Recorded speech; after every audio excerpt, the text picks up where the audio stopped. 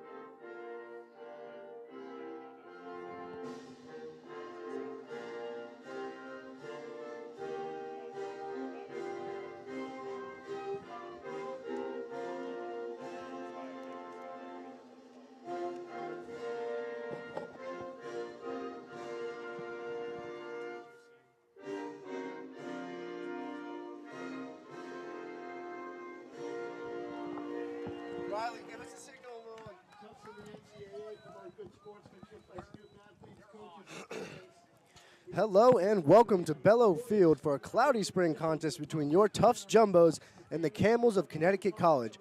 I am Kyle Amate, joined by my good friend Owen O'Neill, and we are excited to watch some good old-fashioned NESCAC lacrosse. The Jumbos had a big win on Wednesday versus Williams to stop their first two-game losing streak since 2017. And as the NESCAC season approaches its halfway point, the Jumbos are second in the conference, while the Camels are 3-2 in conference play, standing at fifth in the standings. Conn College is coming off a huge overtime win versus Trinity, where goalie Will Rice stole the show with 18 saves. Owen, if Conn College wants to pull off this upset, how will they do it? You know, Conn, they've been playing well this season. They have not given up over 10 goals in a game. They need a good defense and strong goalie play. Will Rice, the goalie, coming off 18 saves and a great win. He needs to be hot as well as their defense. They also need to stop transition. This Tufts team is averaging 19.78 goals a game with 60 shots a game. The goalie, Will Rice, is going to have to be hot here. Yeah, he certainly will. Like you said, Owen, this Tufts team that loves to run up and down the field, it will be interesting to see how the Camels can react to that and then hopefully break their ride, which we know has gone so well. It's gone very well for the Tufts Jumbos. And something we need to highlight here before the broadcast, the Tufts captains have added a new captain, Matthew Lane, out of Lancaster, Pennsylvania, an LSM. Oh, now a short stick defensive close man guarding for, that's what he'll be starting as, but he is a new addition to the captains. Very gritty. And at the face-off, we've got Parker Merrill, the freshman from Bethesda, Maryland, and number 21, Reese Hornstein of the Camels. Merrill fighting to pick it up. He gets it, moves it back to Garzone, and the Jumbos will have the first possession of the game. Garzone breaks the ride easily, moves it up to Waldbaum, fumbles it, but is able to pick it up and head over, and the Jumbos will get in their first offensive set. Owen, who do you think the Jumbos should be attacking with right now? I really like the new legs of Swank here, number 23 on the lefty. He is a traditional righty, but he's really stepped up to fill the role of Kurt Brune, who had an injury earlier in this season. Yeah, Swank has played very well so far in his replacement. He's a great shooter, and like you said, operating on the left side, but we know this offense, these players can go anywhere. And Swank was a man-up specialist earlier in the season. He was starting a man-up at that righty wing.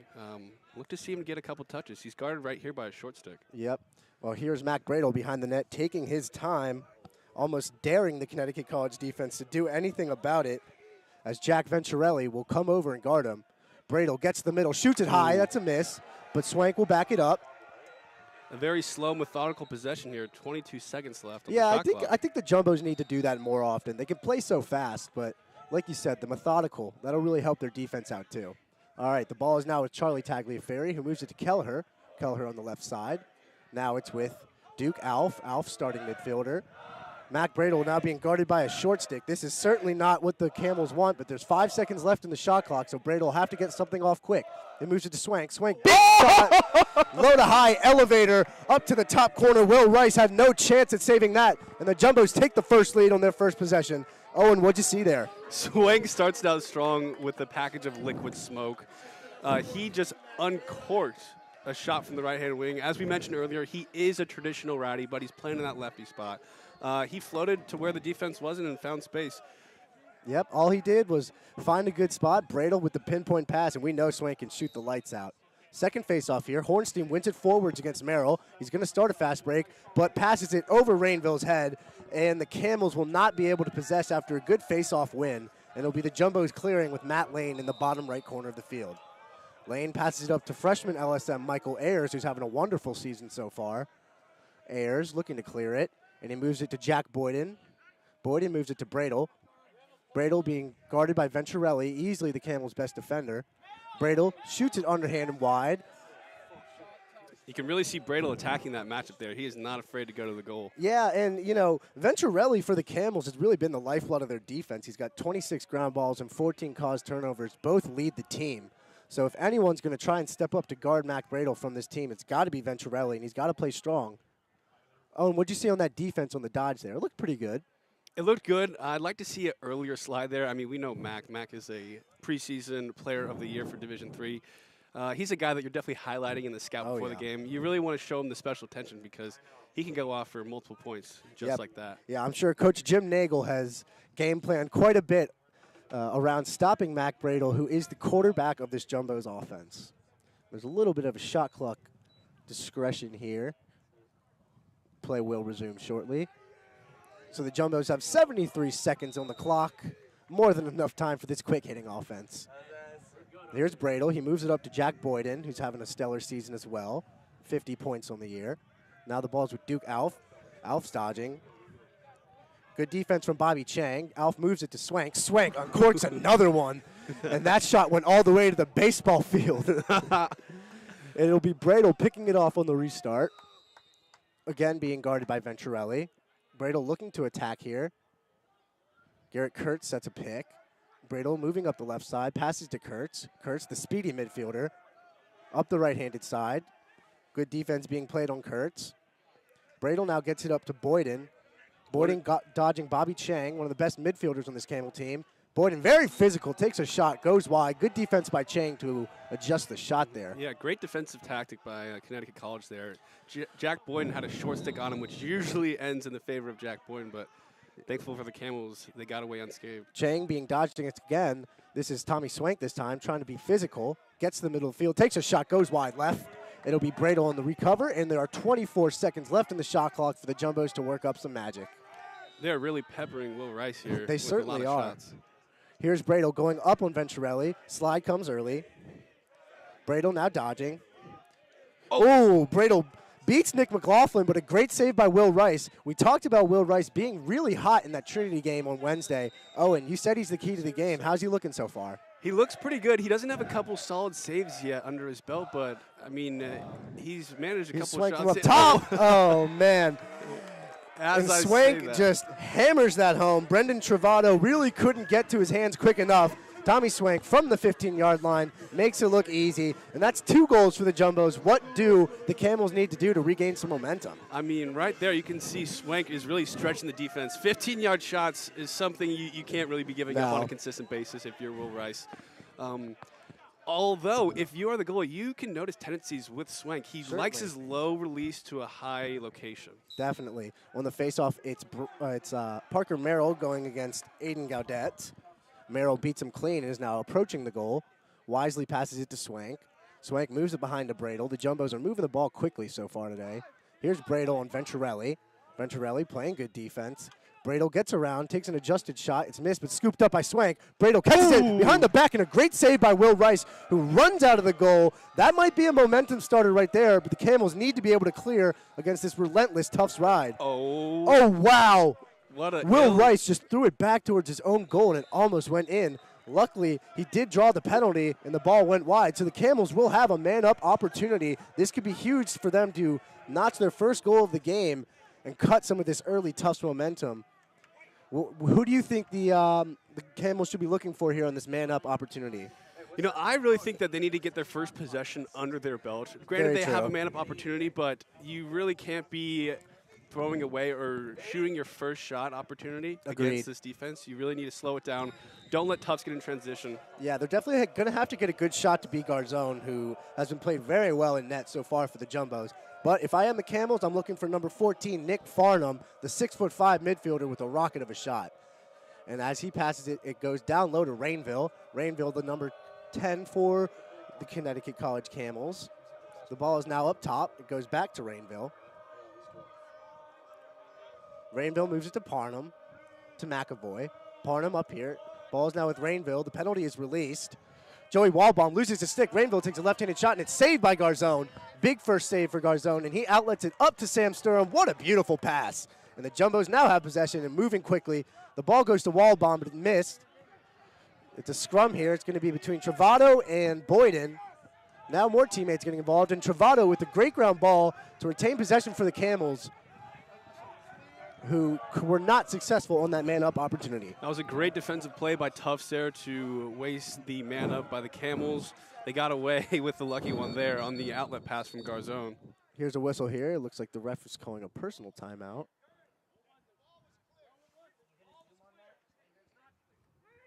It's Henry Cabot right now adjusting his helmet for the Camels. Cabot, the sophomore defender, has been playing well. He's from the North Shore of Massachusetts in Ipswich. Looks like there's some confusion if the ball was being cleared or not. It looks like the refs will give Connecticut College a free clear, which they did not earn. The ball was not past the midfield line, so they should have to start with it below that line. But nobody's perfect, and neither of these referees. In on defense to replace Cabot is Michael Curran, another sophomore, the 6'4", 220-pound defender, looking to keep up with Swank. So the Camels will be awarded the free clear. It'll be Parnham with the ball now, guarded by Taggart Eimer. Parnham takes a pick from Patrick Atkins and is now heading down the right-hand alley.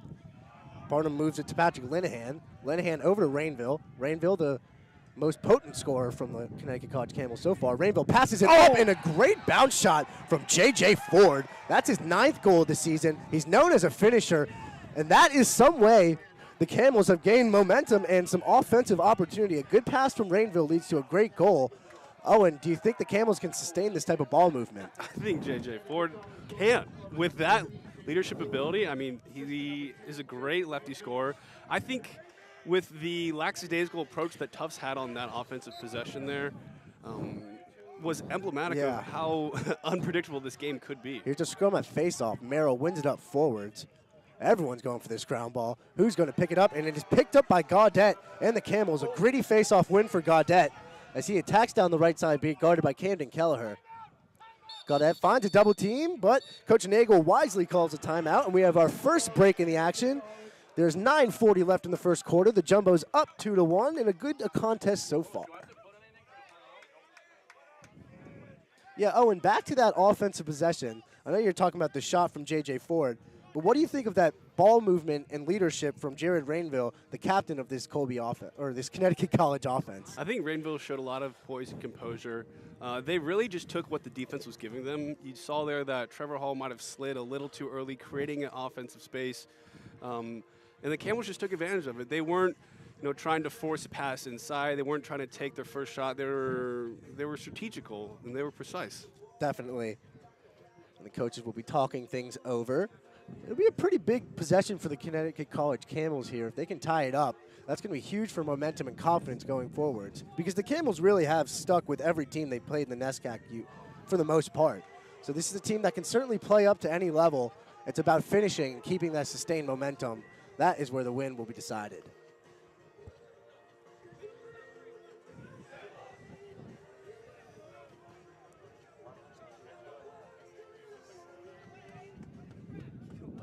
And already so far, the Jumbos have 10 shots to Connecticut College's 2, with 3 shots on goal compared to the 2 from the Camels. Yeah, well, you got, like we've said, this Tufts offense is not afraid to shoot. Anyone can shoot on this offense, which is great to see. They've got 178 goals before this contest to the Camels 70, as you were pointing out to me earlier before the game. So in terms of pace, this is two completely different teams. It really is. As you can see here, there's a double team starting off the timeout. Rainville looking to evade Waldbaum and Lane, two of the Jumbo's best covered defenders, but he does. Gets up to the left-hand side. Jumbo still applying pressure, but Rainville staying poised for the most part. And he's able to move it to McAvoy. McAvoy cutting underneath on Joe Murtha. Murtha with the good defense there. And the ball is now moved back up to Parnham. Parnham, the senior with 11 goals in the year, had 2 last week versus Trinity. He is certainly a good scorer. Parnham moves it back to McAvoy, who's being guarded by Murtha. McAvoy coming up the right hash. Passes it. It's an incomplete pass. Missed by Patrick Atkins. But he does a good job of retaining the ground ball, and the Camels will have around 30 seconds to get a shot off here. The ball is with Rainville, being guarded by Trevor Hall. Pick comes. Waldbaum switches on, but Rainville brushes off the hit. Ooh. He gets hit again and takes a shot that's kind of weak, and Garzone's able to make the easy save. Yeah, right there. You need a little more mustard on that shot to get past Garzone. Certainly. Garzone had a great performance last week against Williams. Only allowed 10 goals in a big game, a big turning point game for the Jumbos. And the Jumbos just got away with one there. They were offsides for half a second. The refs did not notice. Yeah, I'm sure Coach Casey Donalfo would be screaming if it went the other way. I'm sure it was. But nevertheless, it is Boyden guarding or dodging on Cabot. He passes it to Mac Bradle. Bradle being guarded by Venturelli. And Tufts is doing a transition. Bradle inside roll dodge, one hand, saved by Rice. Bradle getting physical, but Venturelli matching that physicality. Make sure Bradle can't get a good shot. Here's Del Cristo. Del Cristo takes a shot that's deflected, and it's going to be run out by Sean Fox of the Connecticut College Camels. A good defensive possession there, especially with Mac Bradle dodging towards the net. And the Camels sideline is elated with that run out there. Let's see if they can create a successful clear. And looks like they cannot. Oh, Sean Fox loses it, but picks it up and does a nifty bounce pass to Gus Mazaka. Mazaka is a good shooter for the Connecticut College Camels, has 7 goals on the year, and he's being harassed by Taggart Eimer. Oh, Eimer brings him to the ground, and maybe a soft penalty call. A mistake of commission out of Taggart Eimer. Yep, not omission. Not omission. That is certainly a theme of the Jumbos. They love aggressive play, and if it results in a penalty, Coach Donalfo is willing to bear that.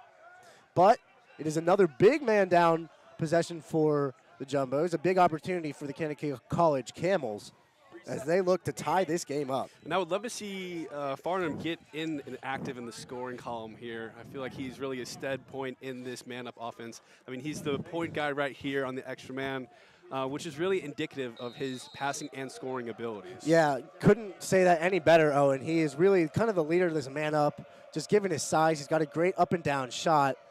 Bouncers from distance have kind of troubled Garzone, so I wonder if they're going to look for that. But they're just moving the ball around now. It's Patrick Linehan who moves it to Parnham. Parnham over to Tenzer. Back to Parnham. Matt Lane meets him. Here's Linehan. He gets it to Rainville. Rainville looking for a feed. Finds Farnham. Farnham takes a shot, and like you predicted, Owen, he hits the left-handed post. A really well-placed shot to beat Garzone. It is 2-2 with 7 minutes and 10 seconds left in this first quarter. That was a great step-down shot by Farnham right there. It's crucial and pivotal that he gets involved in the scoring early and often for these Camels if they want to stay in this game. And right now, they're doing a spectacular job. Tied up with 7 minutes left in the first quarter. Yep, slowing down the Jumbos on defense and taking advantage of their offensive opportunities. Another great pass from Rainville, who's showing his ability to lead as a distributor.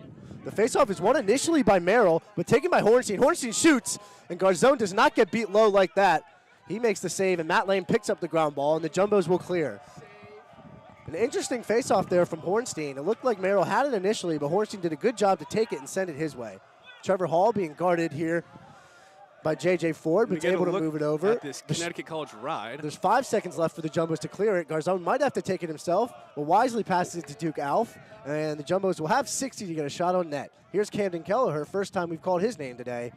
And he is coming off a great performance against Williams with 4 goals, and he adds to his season tally, the 19th goal of the year for Camden Kelleher. He beats Rice low on a jump shot, and that just shows just how easy the Jumbos can score sometimes. Yeah, Camden Kelleher picking up where he left off from last game. I mean, he had 5 goals last game.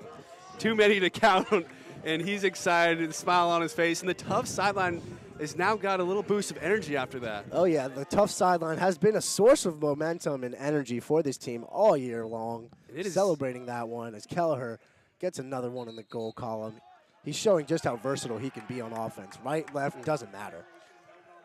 He is fluid in all aspects of lacrosse. He Certainly. is a smooth operator. Yes, bilingual in the lacrosse world. Left and right handed. Yep. Here is Justin Bose going against Ayers. Bose gets a little bit of space, but wisely comes out to get it one of his offensive players. The ball is behind the net here with McAvoy. McAvoy coming up the left side. He passes it over to Tenzer. Tenzer is a big midfielder from Charlotte, North Carolina. Ball moves over here to Justin Bose again. Bose being guarded by Lewis Timmons of the Jumbos, the freshman defensive midfielder. Here's Tenzer up top, beats Kurtz, gets to the middle. Good shot, but a great save. Oh, no. And it looks like what they call a garbage goal is scored. I want to say they're going to credit that to Nick McLaughlin on the tap-in, but either way, Camels attack a ground ball early on the offensive end, and it pays off. It's 3-3 now, and they have really shown some good energy so far. And I think they might credit that one to Jack Tenzer, number 3. Well, here, yep, it is credited to Tenzer. Good call there, Owen. And it has gone so cloudy out here that they have turned on the stadium lights just for us to see. Yep, face-off between Gaudet and Merrill. It's a scrum, but Kelleher finds the ball and takes it down to the offensive end as he is now attacking. Kelleher gets by Kuhn, takes a shot, goes wide. It'll be Bradle now on the restart. And freshman Tagliaferri is subbing in again. Coach Nolfo is really fond of this freshman. Yeah, right he's here. got a lot of trust in Tagliaferri. Tagliaferri is a great athlete, as he's showing now in the dodge. Comes from a lacrosse Against family. Chang. Oh, yeah. Which has multiple brothers at the Division I level. Yep. He chose to go D3, so we love him for that. Here's Tommy Swank now up top. Swank gets it to Tagliaferri. Tagliaferri to Bradle. Bradle back up to Swank on the point. Now here's Duke Alf. Alf has scored in every game this season. He's playing very well. Here's Mac Bradle. Gets it up to Tagliaferri. Going to be dodging Chang. Tagliaferri goes to the right. Gets to the middle. Slows down. Moves it to Swank. Swank over to Boyden. Boyden with a diagonal pass. What a find to get Bradle on the left-handed side. Bradle crept up to the crease, finished over top of Rice, and that feed was pinpoint perfection right there from Jack Boyden. Just shows how good his stick skills are. Yeah, Mac Bradle really caught the Connecticut College defense off guard there, snuck around the backside, and JB with the box lacrosse IQ and skill set, that was an easy pass and goal for those two. Oh, yeah. Could have rifled that pass from Toronto with that sort of accuracy. Here's Merrill going against Hornstein. Merrill wins the initial clamp, gets it out to Ayers. Ayers does a good job of controlling it. Now the Jumbos will have a fast break. Ayers backhand pass to Boydle. To Boyden, who passed it to Bradle. Bradle missed wide. So it'll be Tommy Swank restarting, being guarded by Brendan Travato. And Ayers had one of the more nifty passes I've seen from LSM there.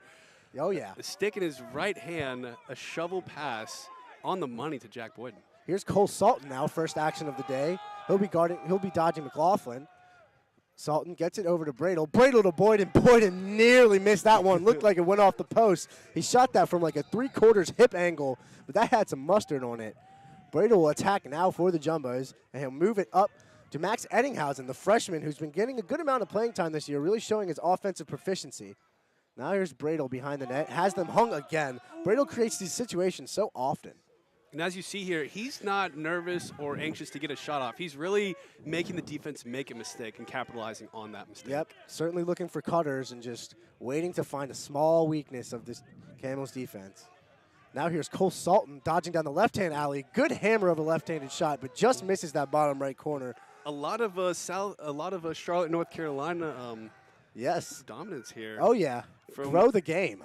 Growing the game. And we've got people from, Toronto, Oh, yeah, all Austin, over the place. Texas, Charlotte, North Carolina. It's a certainly popular game. Oh, Cole Salton just whistles one over the net, but it's good to see him aggressive as Kevin Christmas, a usual second-line midfield standout, is out of this game with a shoulder injury.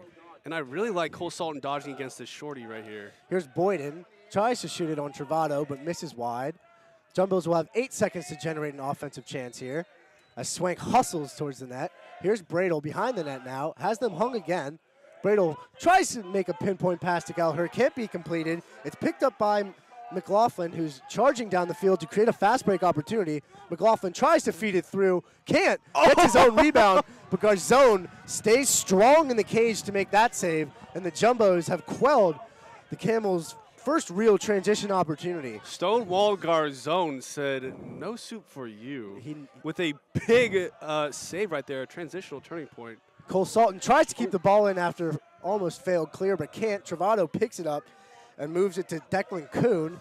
Kuhn passes the ball up to Atkins, and Atkins will possess the ball for the Camels.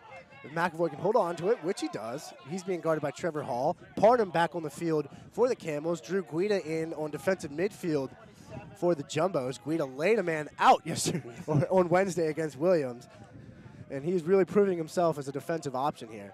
Here's Parham dodging him. Parham moves the ball over to Ford. Ford with a good opportunity after a few roll dodges and misses.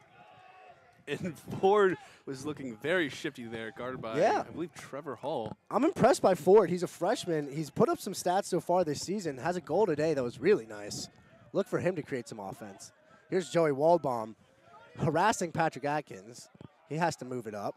Ball is now with Mazaka.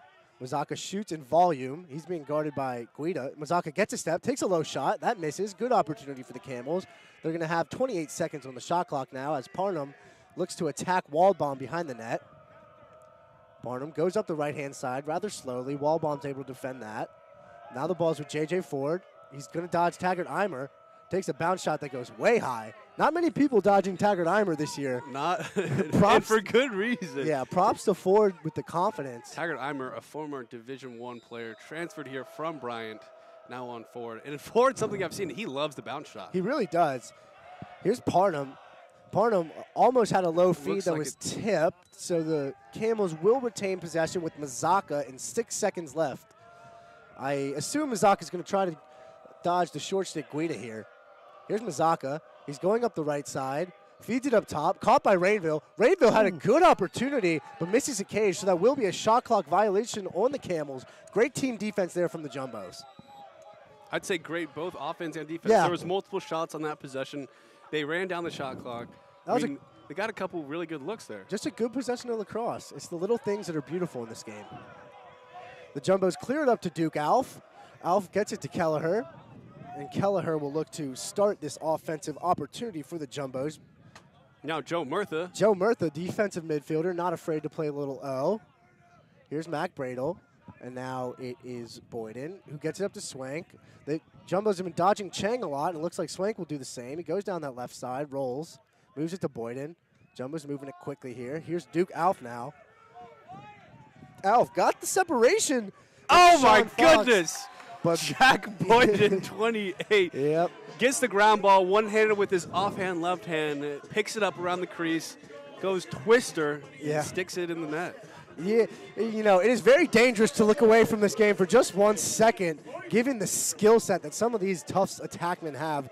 Boyden showing his prowess there with the beautiful ground ball pickup and goal. I mean, Jack Boyden's a human highlight, really. He He's really wearing is. number 28, which the great Dan Murphy wore while he was here. A storied number in this program, and I think Boyden fits the bill.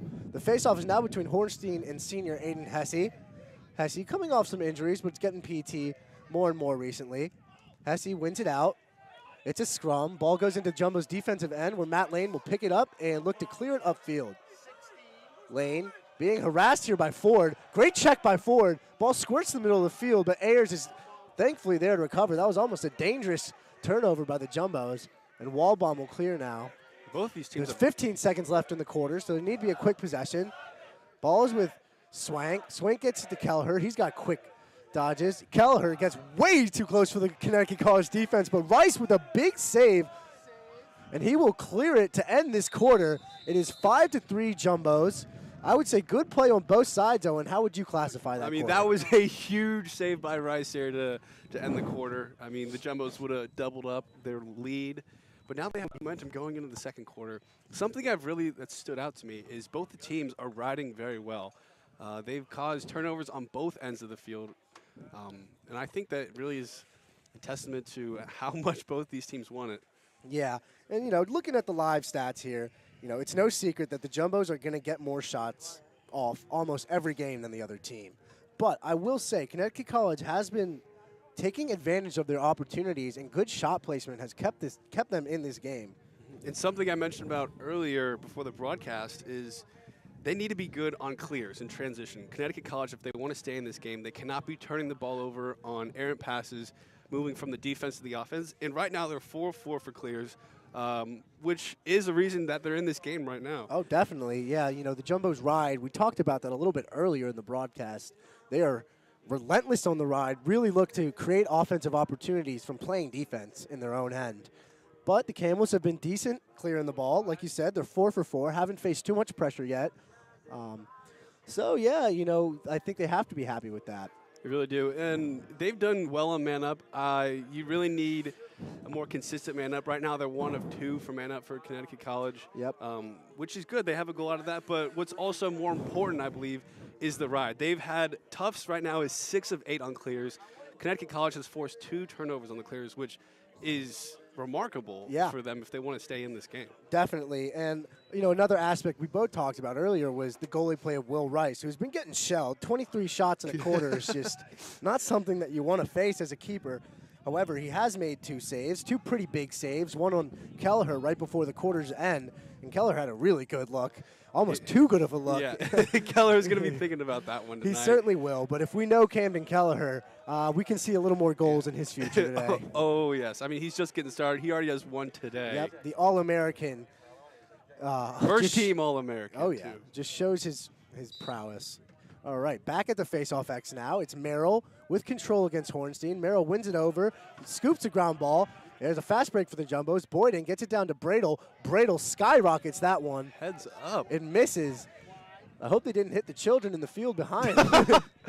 And you speak about growing the game. I mean, there's little dudes playing lacrosse back there. And they should be watching Mac Bradle if they want to become a superstar, because he really embodies a capable offensive weapon. He really does have the blueprint for success. Yes, he does. Here's Swank now for the Jumbos. He gets it over to Kelleher. This is a matchup interesting being to guarded see. by Kuhn. Kelleher gets it over to Tagliaferri, being guarded by Chang. Tagliaferri with a good shot and a good hit from Chang. I am impressed by Chang on the defensive end. He's been dodged a lot. He really hasn't given up too much yet. Here's Bradle taking the pick from Alf. He goes up the left-hand side. There's Venturelli guarding him. Bradle misses wide again. It seems like he's been missing wide on those shots so far today. It really has been. But Bradle is getting to a spot very consistently Definitely getting a shot off. That is the island. Oh, and if you could explain the island to our viewers at home. The island is 5 yards above the goal and 5 yards outside the goal. Yep. And Tommy Swank did not score from the island there. He scored from distance. And that was a nice half-speed bouncer that's tucked into the right corner. Can't say enough about Swank stepping up in the absence of Kurt Brun and really providing the shooting that the Jumbos need. And Swank stepping up. I mean, he already has a hat trick in this game. He has 2 deep shots. I mean, 15-plus yards. He's really shown his plethora of skills. Yeah, Swank is just a rocket shooter, and it's really hard to stop him if he gets his hands free like that. Parker Merrill with a good face-off win behind himself. He's been really building momentum this season. Had a great game against Williams, went 23 for 31 at the X. Here's Bradle now being guarded by Venturelli. He gets it up to Jack Boyden. Looks like Parker Merrill will hold Hornstein up to create a 5-on-5 situation for the Jumbos, which they really love to find space dodging. They really do. As you can see right here, Tufts is playing a substitution game. Yep. They're so good at that. Oh, Camden Kelleher. Oh, and check his pulse. Check his pulse. He is unconscious right now. Yep. Couldn't say it any better. Kelleher just with a smooth lefty shot. He gets so much power from that underhand release. Will Rice really didn't have a chance, and the Jumbos are starting to open up this game with 2 quick goals to start the quarter. I mean, it's almost unfair. Number 9 for the Jumbos, Yep. Camden Kelleher, a man amongst boys. Yes, he is. And he's not very tall. Yeah, but what he lacks in size, he makes up for it in grit. And shooting power. Here's Merrill, tied up with Hornstein on the face-off. Merrill scoops it up to himself, and he's getting a little bit of a rhythm going at the X, which is so crucial for the Jumbos moving forwards. Swank now with the ball, cutting across the left side of the field. He gets over to Boyden, being guarded by Cabot. Boyden looking to go underneath. Cabot with the good defense. Boyden a fake flip to Bradle. Didn't fool the Connecticut College defense. Here's Tommy Swank. Onto the field now for the Jumbos at second line midfield. It's Callum Wood, number 47, who gets a shot and almost makes that. A good feed inside from Cole Salton. Callum Wood stepping up as a freshman like a lot of freshmen have this year for the Jumbos. Coach Donalfo is really mixing in all the aspects of his team. He really loves this freshman class. We got Ayers playing consistently, Parker Merrill, Tagliaferri, Eddinghausen, and a bunch more to come. You know, not usually do you see a lot of freshmen making an impact for the Jumbos, but this year they certainly have, and they've stepped up in big positions here. Yes, specifically on the defensive end, we've got a lot of freshman short stick defensive middies that are playing a lot of time. Underrated position on the field, but the Jumbos know how important it is to be solid there. Here's Bradle, double teamed by the two best defenders for the Connecticut College Camels, and it looks like they almost forced a turnover as Sean Fox jumped the passing lane, but he tipped it out of bounds. So it'll be Callum Wood now with 15 seconds looking to dodge against Fox. Wood goes up to the right-hand side. He's got a big frame. He gets it to Boyden. Boyden with the outside shot, top right. Maybe Will Rice should have had that, but the accuracy from Boyden makes up for the lack of power, and that's a beautiful goal, and the Jumbos are now up 8-3 as this game is getting opened up for sure. Jack Boyden, welcome to the scoring party, sir. Yep. It was only a matter of time until Jack Boyden found his way onto the score sheet. Oh, no, he had the one-hander. Oh, that's right. Yeah, that was his first normal goal of the day. Normal goal, you have to put 2 categories for him. Here's Merrill battling with Hornstein. Merrill picks up the ground ball, possesses it, and we'll go back to Garzone, the safety blanket on the face-off. The Jumbos are playing a little bit of make-it-take-it lacrosse here, a wonderful brand of good face-offs and good shooting, not really letting the Camels get the ball. Boyden passes it to Trevor Hall. The Pole's always eager to score. That gets deflected, and Sam Sturham will reset for the offense, and Cole Salton takes it down the alley. Salton moves it to Bradle, being guarded by Venturelli. Bradle gets it up top to Boyden. Tufts will sub on their offensive personnel. Yep, Callum Wood back in the game again. He generated some good dodging there with the assist to Boyden. Here's Mac Bradle now. Defense again in a hung situation. This time Venturelli chases. Oh, and good turnover, provoking check there from Venturelli. Bradle cannot pick it up, so that's a great cause turnover from Venturelli. He's showing why he belongs as one of the NESCAC's best defenders. And there will be a timeout, I believe, from the Tufts end. Yep. And Coach Donalfo will talk it over with his team as they are looking to ride. Oh, and a timeout before a ride. You know what that means. You know Tufts is going to pull something out of their bag of tricks. I'm thinking they might do, I think it might be a little too early in the game to do a 10-man ride, but every time they've done a 10-man ride this season, it's turned out successful. Yeah, the only time I can really think of it failing was against Union, who cleared great in that game. But I think for the Jumbos, a 10-man ride could really be something that just throws a wrench in the Connecticut College game plan. They've been clearing well, but they haven't faced the type of pressure you get when you move your goalie out. Right. And allow all your men to play feet on feet. And right now, Connecticut College has cleared 100% of the time,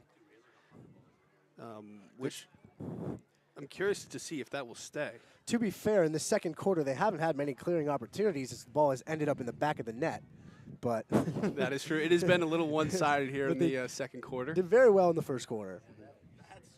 And something that adds to that is the face-off X. Parker Bell has been, very good today. He's been great.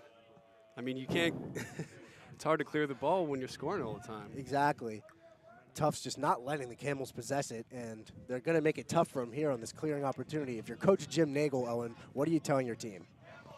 Just calm composure. Tufts really likes to, have the bench rowdy. They're screaming, they're yelling, they're counting down. They're trying to force you to make a mistake. And you got 20 seconds to clear the ball. There is no need to hurry or rush here. Yeah, definitely. And I think – they've been successful getting balls to their good athletes who are able just to run it up the field. Right now, so what Tufts is doing is they're doing a hybrid of a 10-man where here's Venturelli. Yeah, the 10-man hybrid. It's interesting because Garzone's not in the net, but either way, the Camels are able to break it. Good play by Venturelli, and Parnham, with his long legs, is certainly able to get up the field in a hurry. And they will possess the ball, I think, for the first time in the second quarter, with Rainville behind X. The Camels certainly should use all of this shot clock. They don't want to turn it over to the Jumbos and generate any sort of transition. And the goal here would be huge. Oh, for wow. them. A great feed by McAvoy to find Ford. Ford just couldn't put it in. And now there's a scramble for the ground ball. Ball goes up. It's picked up by Ford. He's dispossessed. And another timeout called by this one called by head coach Jim Nagel. Smart play to save the offensive possession for the Camels. They really got a good look there. Owen, what'd you see? They really did. I think they sort of caught Tufts lacking a little bit. A backdoor cut. They had a man open right in front of the crease. Just couldn't connect. Simple passing and catching was that close to a goal. Ford just couldn't get the mustard on it to really attack our zone on that doorstep opportunity. Ford's been playing well, though, today, and that was a great feed from Aiden McAvoy, whose vision really led to a quality scoring chance for the Camels.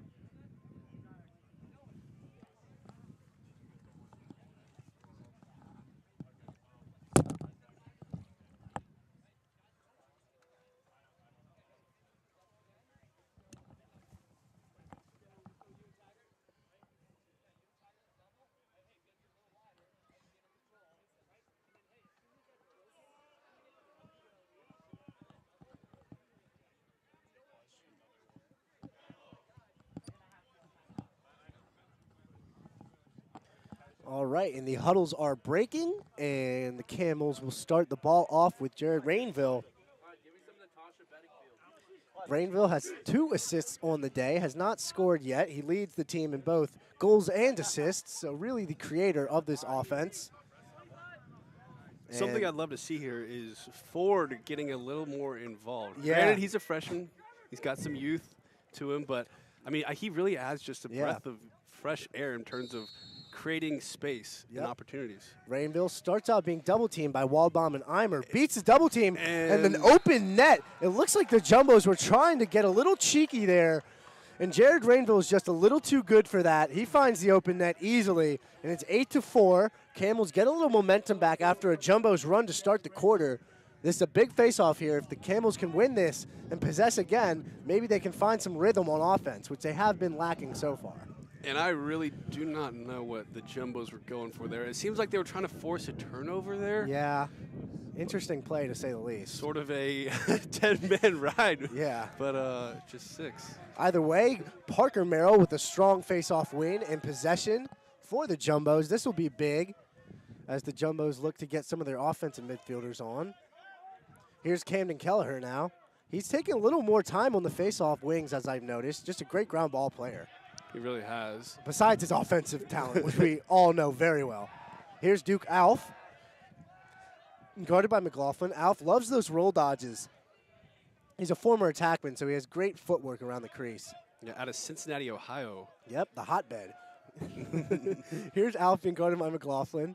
Alf with his favored left hand. Looks like he'll try to take McLaughlin to the island. Passes it up to Tagliaferri. Jumbo staying patient on offense. Here's Kelleher being guarded by Trevorrow. Now Jack Boyden with a short stick. Yep. Boyden being guarded here by Sean Fox. Fox is a gritty player, but if he can keep up with Boyden, that would mean a lot more than grit. Boyden tried to do a one-handed pass. Can't get it by. Oh, but they're going to call a push on Venturelli. And that'll be a reset of the shot clock for the Jumbos. Really unfortunate play there for the Camels. They played great defense, just one too many pushes in the back of Boyden. And the Jumbos will now have the ball again. Here's Alf being guarded by McLaughlin. Alf hanging around behind the net. Slide comes from Travado. Here's Tommy Swank. Moves it to X. Now it's Bradle. Bradle has the Camels hung yet again. Look to see some acrobatics if he can't find a cutter. Jumbo setting picks inside. Bradle staying patient as ever. 30 seconds on the shot clock. Not much activity happening inside. The Camels doing a good job at tracing their man and watching the picks. Now 17 on the shot clock, and Bradle will finally take it up. Bradle takes a left-handed shot, and it's saved by Rice. That was very good defense from Declan Kuhn. And the Camels will look to clear their first clearing opportunity, or actually their second clearing opportunity of this quarter. They're still perfect in the game. And a good pass there from Rice to Cabot, as the Camels will clear, but aren't safe yet. Here's McLaughlin. McLaughlin does a good job in securing the ball, and the Camels will have a chance to put the game within 3. Owen, what do you want to see on the offensive end for Connecticut College? I want to see them do simple offense, attack the short sticks, make Tufts slide you, and make Tufts create offense for you. I like that. And as you mentioned that, Camden Kelleher, the offensive midfielder, stuck on defense right now, guarding Gus Mazaka. But here's Parnham, comes down the field. A great trail check from Sam Sturham alters the shot. So it'll be 33 seconds for the Camels as Rainville picks up the ball, guarded by Waldbaum. Rainville's been very dynamic today. He gets upfield, takes a beautiful shot on the run. Rainville cocked that back and let it fly. Hit his shot well from Garzone, and that's kind of the offensive explosion that the Camels need. Good one-on-one dodging. Owen, what'd you see there? I mean, that was just a strong take to the right hand. He exploded upfield, but it was a low-angle shot. I'm surprised he took that shot. Yeah. But I'm even more surprised it went in because Garzone is usually really good on those short-angle, low-angle shots. Yeah, he really is. Maybe caught Garzone a little off guard. Nevertheless, creative offense cuts this game to 3. As his 8-5 Jumbos around halfway through the second quarter. Here's Merrill continuing its dominance at the X. Wins it backwards. Merrill has certainly been an X factor today so far for the Jumbos. What did you see out of him, Owen? I mean, Merrill is just, he's doing what he does best. He's winning faceoffs. Yep. Face-off, and he's securing the ball well. Unfortunately, the Jumbos turn it over. Rainville on the quick restart. Oh my goodness. Just can't get the pass off to McAvoy. It was a good poke check there. I believe that was either Joey Waldbaum or Joe Murtha who disrupted that, and the Jumbos will get back on the clear, almost dodging a bullet after the turnover on the clear. Yeah, just a user error on both sides there. Yep. And the turnover. Let's see if the Jumbos can get a Here's successful Matt Lane clear. now. Clears it to Cole Salton with ease. Salton looking to gain some momentum. He had 3 goals earlier this year in a game against Stevens. It's been a little bit quiet, but is certainly capable as an on-the-run shooter. Boyden shoots it early in the shot clock, and that gets saved. You know, Owen, part of this Jumbo's offense, I think in their 2 losses, what they were shooting a little too early. Do you think that shot should have been delayed a little bit? It sort of seemed like it was the first shot, not the best shot. Yep. But that is something that Tufts is very big. They're very trigger happy. They love to shoot the ball. They teach confidence when you have the ball. You're the best player on the field. You know, it's really a double-edged sword, right? You know, they shoot a lot and they score a lot, but sometimes shooting all that time can wear down your defense if the other team's able to clear. And here's Mazaka now. It's a live by the sword, die by the sword. Yep, sort of, certainly is. Brand of but lacrosse. Mazaka's pass bounces and hits Rainville in the thigh and goes out of bounds. So another good defensive possession there from the Jumbos. Maybe an unforced error by the Camels, which is something they must avoid if they want to pull off this upset. Now Guida, the ball on the here. field, Yep, Drew Guida. plays football in the fall for the Jumbos. Yep, a lot of football lacrosse players on this roster. You know, that's one of the perks of being a D3 school. You can really play multiple sports and, you know, have that sort of including 2-season year. Bradle. Bradle is a superstar on the golf team here at Tufts. Oh, yeah. Eddinghausen dodges down. Bradle finds Jack Boyden in the middle. Boyden wisely takes it through and will reset this Jumbo's offense. He's being guarded by Cabot. Cabot's been playing good defense today on Boyden for sure. Here's Cole Salton, beats McLaughlin. Quick pass. And again, Bradle has his defender hung up. Yeah, the hung situations are really something we've seen all season. It could just be because Bradle is so crafty behind the X with his cat and mouse game. I think the Camels have done a good job, though, getting back into their defensive structure after being hung up. Yeah, they certainly have. Here's McLaughlin, the short stick guarding Bradle. The pass is deflected, and McLaughlin picks it up. A deflected pass from Jack Venturelli, who's had a great day on defense. Looks like a moving pick there. Oh, another mistake that the Camels really have to avoid if they want to win this game. A great defensive possession needs to be followed up by a clear, not a turnover. Here's Tommy Swank. And that is their guarded first. by Fox. Swank bodying in there. Oh, and Swank finds the low angle, takes a poised shot, gets hit on his back, but that doesn't matter. He is just playing very well. The dramatics, the flair. Oh, and is that his 4th goal of the game? That is his 4th goal of the game. Wow. Showing his capability as a finisher, even as a dodger there. It wasn't a speed dodge, kind of just a positional dodge, found a good angle, and had confidence in his accuracy there. And another right-handed goal for an attackman playing the lefty spot there. Oh, yeah. Another face-off, and Merrill wins it again. He is monopolizing the face-off X right now. Merrill not afraid to shoot it either. He's taking a lot of shots. Has no goals yet this year. Or actually, I think he has one. But percentage isn't great. And I think he's wisely passes that to Bradle. Bradle with a good change of direction, almost found Jack Boyden. Would have been a sick feed and finish. Just another Sports Center top 10 for those two. Yeah, almost. But the Camels are able to clear, and the ball is now with Chang, who's attacking Ayers. Chang gets physical, knocks over Ayers, but can't get to the net there. So it will be the Camels with Justin Bowes as he gets it over to Jack Tenzer. Tenzer has a goal on the day. Tenzer being guarded by 29 Sam Sturham, a very solid defensive midfielder for the Jumbos. Here's Chang now, experimenting on the offensive end as Rainville comes on. Rainville, the best dodger here for the Connecticut College Camels, and he has a good matchup in Cameron Del Cristo, the freshman defensive midi, if the Camels want to exploit that, and they do. 10 on 10 right here. Oh, yeah. Here's Rainville. Rainville, question mark dodge, almost scores that. You can hear Coach Toomey screaming for an eagle call, which has something to do with the slide package, as they are not very comfortable with Rainville dodging a short stick. It seems It's Rainville again, though. Gets to the island, spins, double team, very good double team here from Hall and Lane. Rainville somehow ducks under. His helmet flies off, and he draws a penalty. Hard-nosed defense met with even harder-nosed offense, and Rainville draws a penalty for his squad, who are looking to bring it within 3 with around 3 minutes left in this Rainville second almost quarter. got his head ripped off. Talk there. about toughness there. All right, it's another It's going to be a hold on Trevor Hall. Yep. Looks like 30 seconds. 30-second penalty. Not too much time, but certainly time to generate a chance. Oh, and you called it last time with the Farnham bomb from up top. What do you think's going to happen this time? I'd say if it ain't broken, don't fix it. Yep. Go to Farnham. Go to Farnham. I like it. Look for that Rainville feed from X to Farnham. That worked earlier. Looks like another clock situation. And both the coaches are arguing over the rules. Yeah. It's a 30-second hold. Needs to be confirmed on the scoreboard.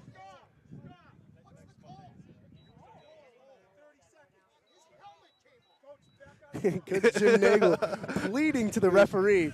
His helmet came off. His helmet did come off. I'm surprised it's actually just a hold. Usually, that's a anything towards the head, right? And it was an act of volition with his helmet having to come off. It sort of favors. I would say the only defense for Tufts is that Rainville willingly stuck his head in there, so kind of asked for it. Sure.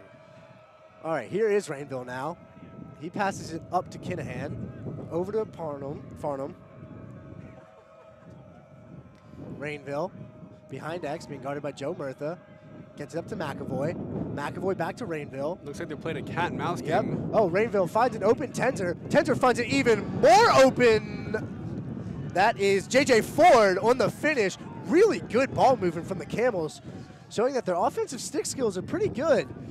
And the Camels have life on the bench. Yes, it's they now do. a 3-goal game, 9-6, 2:49 left in the first half. Yeah, a really, really good feed there from Tenzer, the sophomore, to Ford, the freshman, youth, really carrying the Camels so far, and I believe that's Ford's second goal of the day. It so is. Good man-up opportunity. Look to see if they can gain momentum from the face-off, but Merrill has been very solid so far for the Jumbos. It's Hornstein and Merrill tied up. Both of them just looking for a little inch to pop that ball out. The Wings have stayed consistent with Eimer and Kelleher against McLaughlin and Kuhn. And it is Eimer with a great ground ball on the face-off, and he will push it forward. Eimer not afraid to shoot in transition. Oh, he's going to shoot Yep. this. Oh, he shoots it. Kind of a bad angle, but Eimer wisely runs it out on his own shot, so the Jumbos will keep possession. Really wise play there. He wanted that one. He's got yeah. multiple goals on the team. Eimer is no stranger to the scoreboard. No, Eimer's got such power behind his overhand shot there.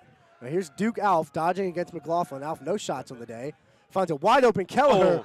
Oh my goodness. Oh, and one word to describe that goal. Undescribable. Undescribable. That goal disappeared from our view because it got tucked in the corner that hard.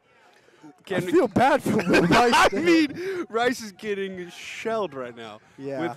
By Cameron Keller, number 9, a Deerfield product out of Longmeadow, Massachusetts. Yep. Kelleher might be the best shooter in the country, honestly. The way he can just pick corners, it's beautiful. It is. It's a work of art, honestly. It really is. Merrill wins the faceoff back to freshman George Panagopoulos, who's getting some time for the Jumbos. First time Panagopoulos is subbed in. He passes to fellow freshman Michael Ayers, who's been stationing at close defense for the Jumbos, who've been making some personnel changes. It's back to Kelleher, who's super hot, dodges Fox, gets to the middle. Kelleher finds Cam Del Cristo. Del Cristo whiffs on the shot, and it'll be the Camels charging back upfield with Bobby Chang. Kelleher will be stuck on defense again. Yep. But the senior captain is one to take on any challenge for his team. He certainly is. The Camels moving around the horn here. It'll stop with Rainville, who moves it back to X with McAvoy. McAvoy's played well so far today. The Camels have numbers. They do for a second. Chang was open in the middle. Camels pass it up to J.J. Ford. Good recovery there from Michael Ayers of the Jumbos. Oh, Rainville with a great answer move down the alley. Shoots it wide, showing how he is just dynamic as a player. Here's J.J. Ford now in that bottom left-hand offensive corner. Ford attacking against Ayers with some speed. The ball is now up with Tenzer. Tenzer to Chang, back to Tenzer, and over to Justin Bowes, who's dodging Joe Murtha. Joe the Ripper Murtha has played well all season. Kid's a and stud. The feed, kid is a stud. The feed from McAvoy to Tenzer just a little too far and will go out of bounds. The Jumbos will clear here with Joey Waldbaum.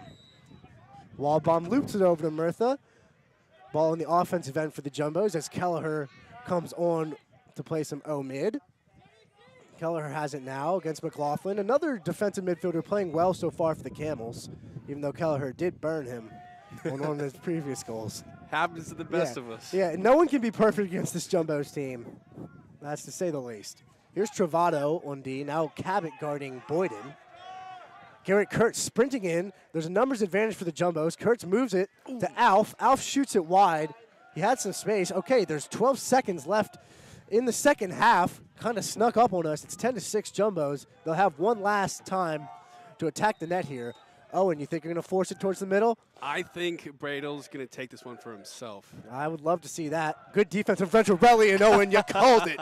Because when Bradel rolls back and takes a low to high shot, as a goalie, you just can't see it. And that is just how the cookie crumbles Yeah. for the first half. Tufts went on a run. The Camels countered with their own run, and now Tufts seems to be on their second run so far. Yep, it is 11-6 with 4 seconds left in the second half. A goal, Mac Bradel's first goal of the day, a beautiful shot. He operates on that island, does such a good job at creating space and creating shooting angles. And Parker Merrill will look to attack one last time for the Jumbos. Goes early on the faceoff, will be insignificant, I believe. Hornstein now has it. 3 seconds left for the Camels.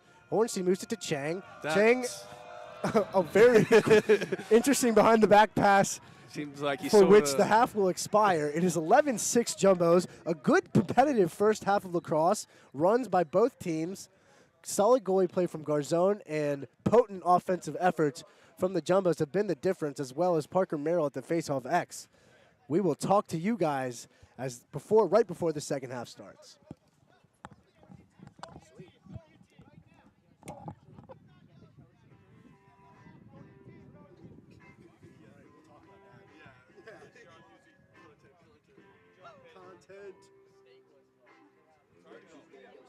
That was pretty entertaining, huh? Yeah, that was pretty good. I love this zone of like scoring margin where it's like we're solidly ahead, but like the other team's at least making some plays. So it's interesting. That guy Rainbow is nice. Yeah, he is. Dude, that they're like 5 passes away from me, way closer. They are.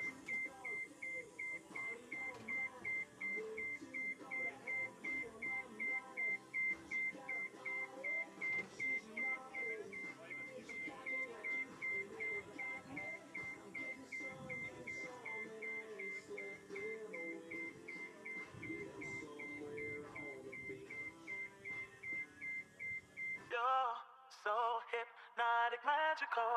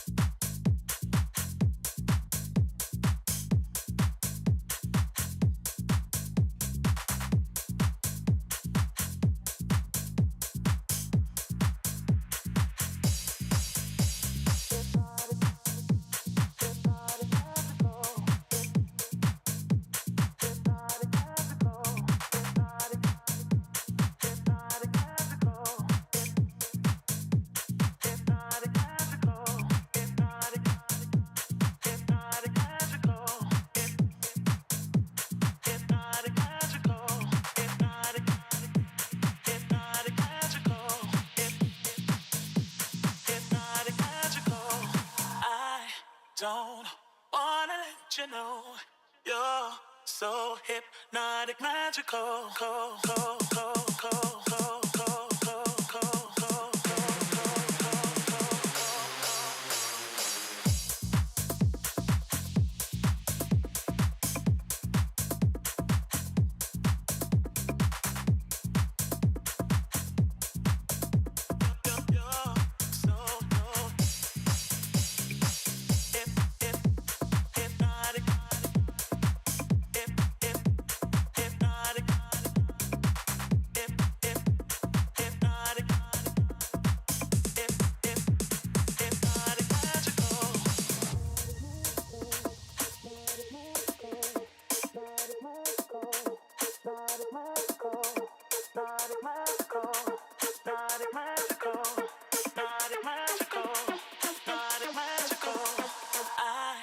Don't wanna let you know you're so hypnotic, magical.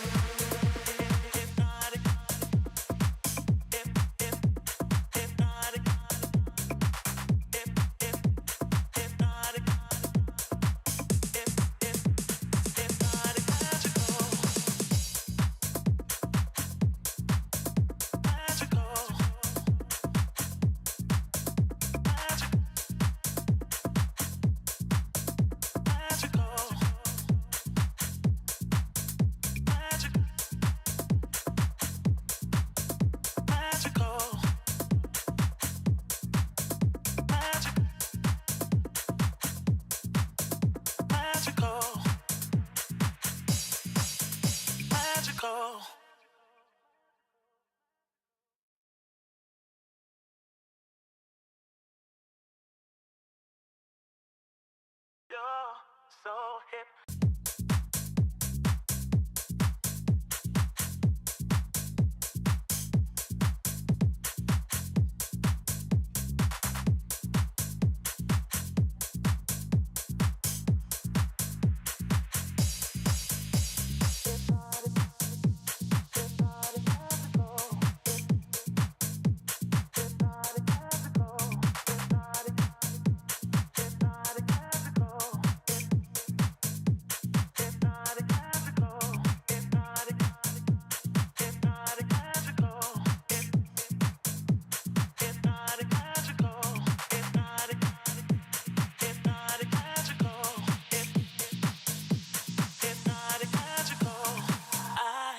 Don't wanna let you know you're so hypnotic, magical.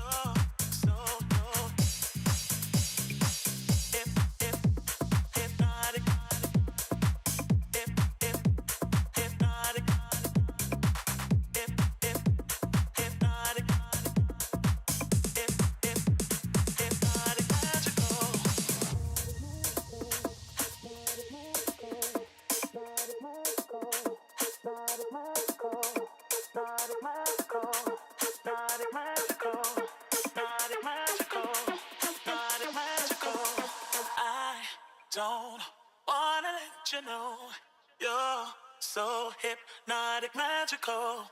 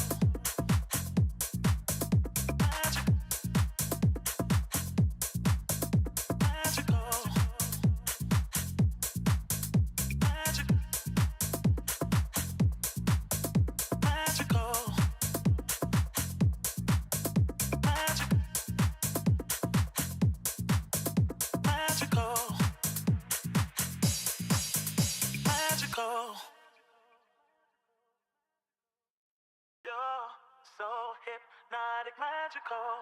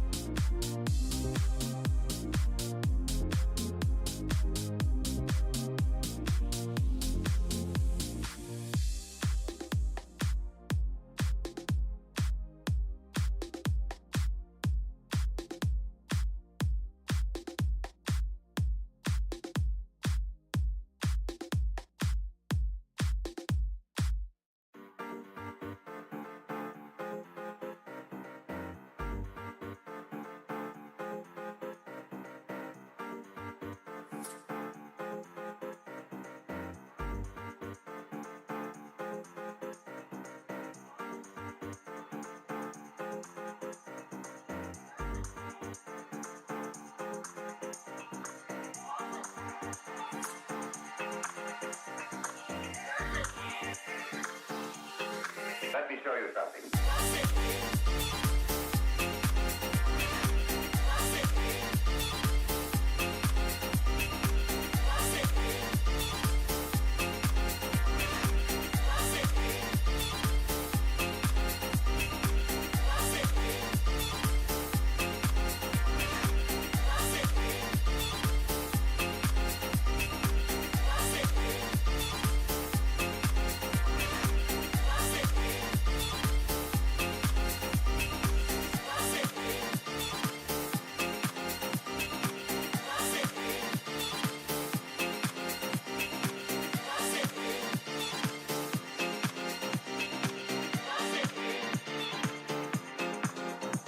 straightforward for both teams. I mean, the second half stats brought to you by Zany's Convenience.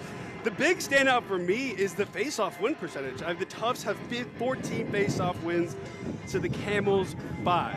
And that is a huge momentum swinger for both aspects of the front and back half. Because, I mean, if Tufts is playing make it, take it lacrosse, Parker Merrill is going to be a key aspect in keeping this lead and widening it, actually. Certainly. And for the Camels, it's going to be starting on the X for them right now. This will really dictate the pace of this half. And Merrill wins again like he was in the first half, so the Jumbos will get the ball again now. And another key point through the first half is the goalie play. Both goalies have 5 saves, and they're really keeping each team in their game. Yep, Rice has made some great saves so far. Garzone hasn't been tested too much, but has made the saves he's needed to. And that is why the Jumbos are up right now. Is Duke Alf dodging on Chang. Alf, a little hesitation. Moves it inside to Boyden. Boyden finds Ken Kelleher wide open. Ooh. Kelleher misses the cage there. Kelleher does not miss many of those. No, he does not. What a look there from Alf, or from Boyden. Here's Bradle now, being guarded by Venturelli. Bradle passes it to Swank. Swank being guarded by Chang. Swank 4 goals, right, in the first half? 4 goals. Yeah, he's hot. He definitely wants to take it to the net. But pass it down to Bradle in the hung position. Oh, no. Kelleher's wide open again. Oh, and cannot finish that one. Opted to go inside instead of taking an outside shot. Good positioning there by Rice, and the Camels will clear. I think Kelleher was just caught off guard with how much space he actually had there. Yeah, sometimes you're too open. and it's funny because the goals we've seen Kelleher score are just insane. Here's McLaughlin now for the Camels. And George Penagopoulos. Pushing transition. And McLaughlin with a nifty little feed into Nick Farnham. And Farnham finishes, and the Camels get the first goal of this half. It is 13 minutes and 42 seconds left in this third quarter. 11-7 Jumbos, and the Camels are on the board. What'd they do there? And Farnham, he's getting involved. I mean, he's a big body. 6'5", has a lot of torque on his shot. Right there, he just got to the right place at the right time. Yep. The Camels now opting for Matt Godfrey to go against Merrill. Godfrey presiding from pressure. Merrill unable to pick it up initially. The ball rolls into the zone. Matt Lane unable to pick it up. And Connor Garzone picks up the GB on the faceoff. A good win. Way to mix it up by the Camels. Muddy it up a little bit, but they are not successful. Here's Michael Ayers now, crossing transition. Over to Jack Boyden. Boyden being guarded by Kuhn. Boyden getting his space. Getting right next to the goal. Off to the twister shot. Good positioning again by Rice, who started the second half very strong, Owen.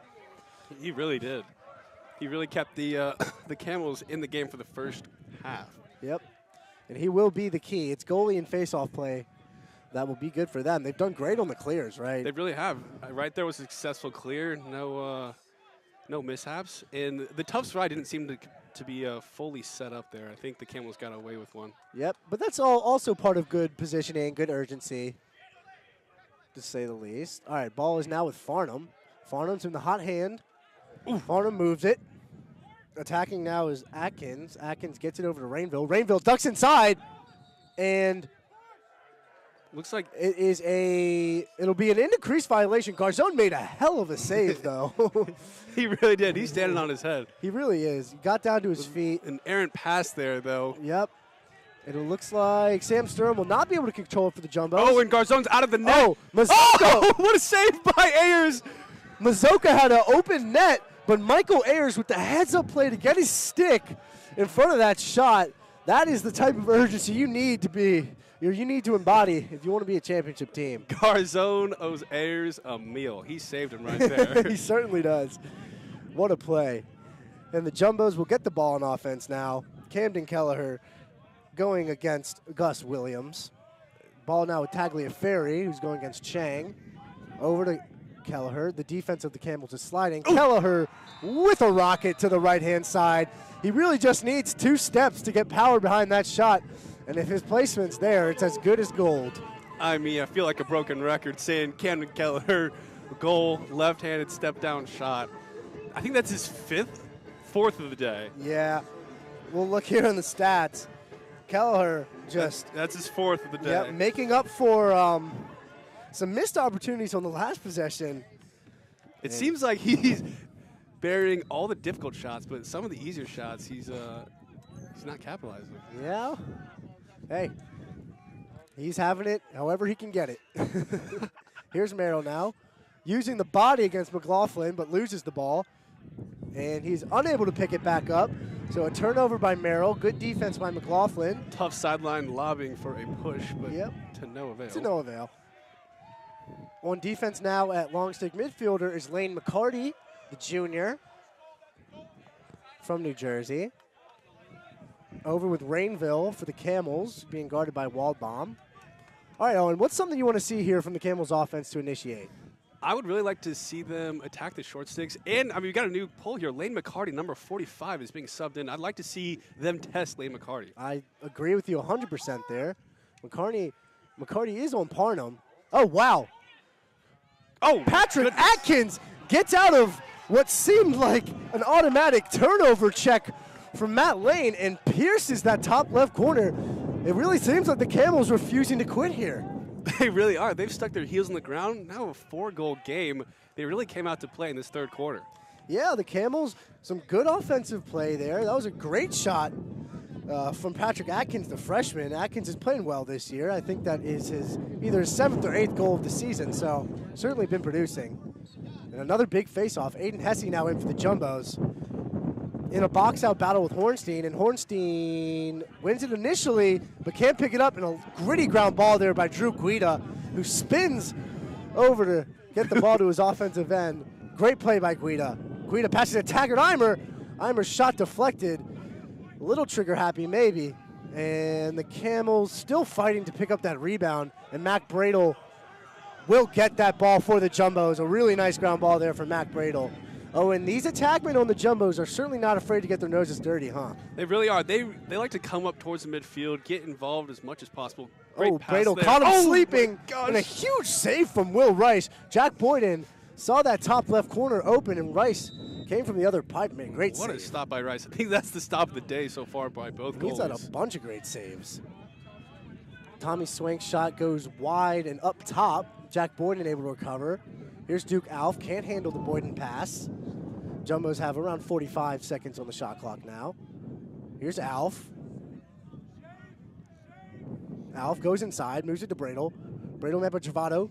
Oh, and a big hit from Bobby Chang on Swank as he released that shot. Nice clean hit. Camels playing physical. Great rotational defense by the Camels there. Tufts had some space to get a shot off, but the Camels really closed the gap on that. Yes, they did. And it'll be Jack Boyden going against Chang again. Chang playing great D all day long. Boyden trying to be physical, trying to get underneath. Jack Boyden. Oh, man, the suave Canadian finishing in any way possible. What a shot. Owen, how did he finish that? I mean, he's smooth as glass right there. That's as simple as it gets. He is just on X Games mode. Yeah, like he really is. I mean, with the 6 in his right hand, because it's never not, only good things are happening. Yep. And that finish kind of twisted it over the over Rice. And he really tucked that thing good night into the top right corner. Oh, yeah. Parker Merrill, another face-off win, continuing his dominance as George Panagopoulos gets the pass and looks to secure the ball in the offensive end. And I'm seeing a lot of inconsistent defensive players. It seems like Tufts is still trying to figure out the mold for their defense. I'm seeing Panagopoulos sub in, sub out, McCarty sub in, sub out. Yeah. Not necessarily a bad thing, though. Never a bad thing. Get these guys reps for sure. Panagopoulos is a promising freshman, so good to see him making plays. But the Camels are able to get the ball back. It's 13-8. They've got an offensive possession here. Oh, and who do you want to see shoot the ball for the Camels? I really want to see Ford. I think that he's stepping up. I mean, he's gaining confidence. He has 2 goals already for the game. 2 good goals, too. Really good goals. Ford is stationed and he's on the not left afraid side. to dodge. Ford has the ball. Almost made Owen's prediction come true. A lefty rocket just goes wide. But some good offensive movement from the Camels as they will have 50 seconds on the shot clock now to attack. The ball is behind with Atkins. Atkins just scored a nice goal. He moves up to Parnham. Parnham takes his space. You just can't let the 6'5", 210 midfielder get that much room from that close. Really, you really can't. I think that was a ill-advised error on Tufts. They sort of slid. They double-teamed a man behind. Joe Murtha double-teamed him. realized that his man evaded him for a little bit, got too much separation, and tried to recover, but it was not successful. I think that Tufts could have done a better job of not sliding so early. And yeah, do you think the double team comes from maybe trusting one-on-one matchups more, or sort of a different style? Well, right there, I think at film tomorrow, it's going to be a clear decision that he probably shouldn't have done that. Merrill, yeah, I totally agree with you there, Owen. Merrill wins it forwards, but is harassed, and the Camels are able to possess with Travato. Travato gets it over to Fox, who's played solid in the defensive midfield. And with this possession, the Camels can cut it to 3. 8 minutes left in the third quarter as McAvoy spins on lane and creates a little bit of space, but the Camels will get their offensive personnel in. And I really want to see a long possession here by Connecticut College. Don't fall into the trap of the run and gun type of play that Tufts loves. No. Farnham being patient, moves it over to X. Here's Rainville. Oh, Rainville gets through the slide by Eimer, shoots it just wide. That was a great look, and maybe not enough physicality, huh? Yeah, I mean, great play by Raider right there. Just not it. Here's Ford. Oh, Ford takes a bounce shot that goes off the crossbar and out. Jumbos get a little lucky there from a great effort from Ford, and they look to clear now. What we see there? I think that Tufts is sort of getting beat to the spot by Connecticut College. Yeah. I mean, 2 times in a row, Connecticut College had a shot within 5 yards. Oh, Jack Boyden takes a shot that goes off the post, and guess who? It's Joey Waldbaum. Waldbaum has been solid all season, especially scoring from the defensive position. He has now 4 goals on the season, something you don't really hear about from long poles. He's so comfortable there, huh? We're forgetting that he is a wall bomb. Yes, and that is true. It is in the genetic code of wall bombs to be scoring buckets. Yep. Max Waldbaum, Joey's older brother, playing for the Jacksonville Dolphins after a nice career here at the Tufts at Bellow Field. He's also on the Tawarton watch list right now as well. Here's Hornstein, passes it over to Rainville. Rainville misses, but the Camels will retain possession. The Camels rocking their dark blue with light blue numbers. An interesting look here. It's over with Rainville. Rainville being guarded by Lane. Rainville confident in his matchup. He's been attacking all day. I mean, Matt Lurking Lane is just on him like white on rice. Lurking Lane, that's what they call him for reasons not to be spoken. And a turnover from the Camels will give the Jumbos the ball. Oh, and errors like that. Can Connecticut College really stay in this game if they do that? I mean, I really think that Connecticut College is 5 or 6 good passes away from it being a tie game. I think that they're really shooting themselves in the foot here by turning it over on the offensive end. Yeah, that's a great point, and I totally agree with you. Rice has been playing very well. He's just getting shelled, like you said earlier. But I will say that Connecticut College, after their Kelleher gets another great look on the left hand, but Rice was there to meet him. Rice was a good outlet pass, almost turned over there by Bose, but he's able to pick it up. Another good clear for the Camels after a Rice save. And I might have spoke too soon. Connecticut College looks like they want to push transition as much as possible. Yeah, that could have been a game plan change by Nagel in the huddle. He may have seen something. But you are right. They are moving it quickly up, kind of like what the Jumbos do usually. It really is. But they're taking a longer time possessing it on offense, which means that they're looking for transition opportunities. But if it's not there, they're not forcing it. Yeah, it's been a good balanced attack. And I would definitely say Connecticut College has played a great game so far today. Here's Farnham being guarded by Lewis Timmons. Farnham being physical, wants the middle of the field, gets it, but shoots it wide. You know, that middle of the field has been kind of a weakness for the Tufts defense so far. It really has, and I'm surprised Farnham had a short stick. Looks like Matt Lane, the newly elected captain, is going to be on Farnham. Actually, I spoke too soon. It looks like Timmons. Well, he slid up. Here's Farnham. Farnham moves it over to Mazaka. Mazaka, good approach there from Michael Ayers to stop that ball movement. Ball is now with McAvoy, and 20 seconds left on the shot clock for the Camels. McAvoy passes it up to Farnham. The big righty with the shot, and a great save by Garzone. Yeah, a 16-yard shot. Oh, but Garzone on the outlet pass can't make the right look. Oh, and the Camels respond with an emphatic finish from Aiden McAvoy. That was nifty. Oh, that was nifty. Walk me through that clear for that failed clear by the Jumbos. So I think it started off with a great save. A 16-yard shot by Farnham wasn't the best decision to make, but Garzone stood in cage, stopped it, but I think he got a little ambitious. He might have, he saw Connecticut College pushing pace in the transition, Yeah. Maybe said, I want to try that. Bit off a little more than he could chew there, and he paid for it. Yeah, and Garzon's been solid with those outlet passes. That one just not enough speed on it. Here's Hornstein, wins the faceoff. Needs to And check like a his true stick. face-off man, bounces it 10 yards over the cage. The Camels will keep possession, though. It is McAvoy, who just scored, dodging on lane.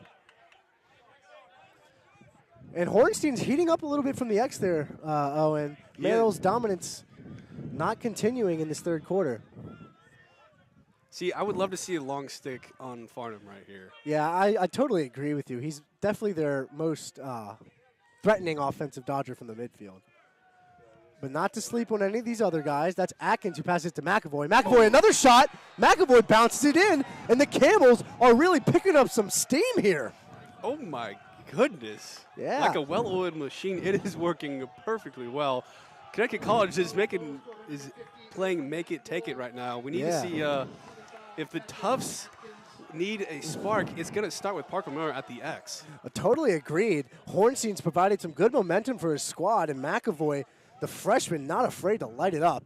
That was a very confident shot, and he beat Garzone.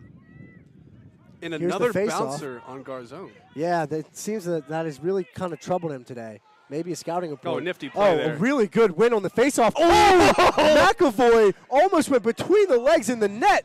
That would have been certainly a highlight reel play. That would have been sweeter than candy. And it comes off another faceoff win from Hornstein. And it looks like the Camels are really starting to get comfortable in this game. Something Coach Donalfo does not want to happen from the Jumbo's perspective. I will say I love the audacity to take that between the leg shot. It really shows that they're playing their game. They're not trying to be someone they're not. No, they're trusting themselves. As Rainville passes it up, a spin move. Oh, and that is Ford another again. goal from J.J. Ford. It's been the freshman this quarter. It's 14-12 now. Tufts still has the lead, but the Camels have scored 3 straight.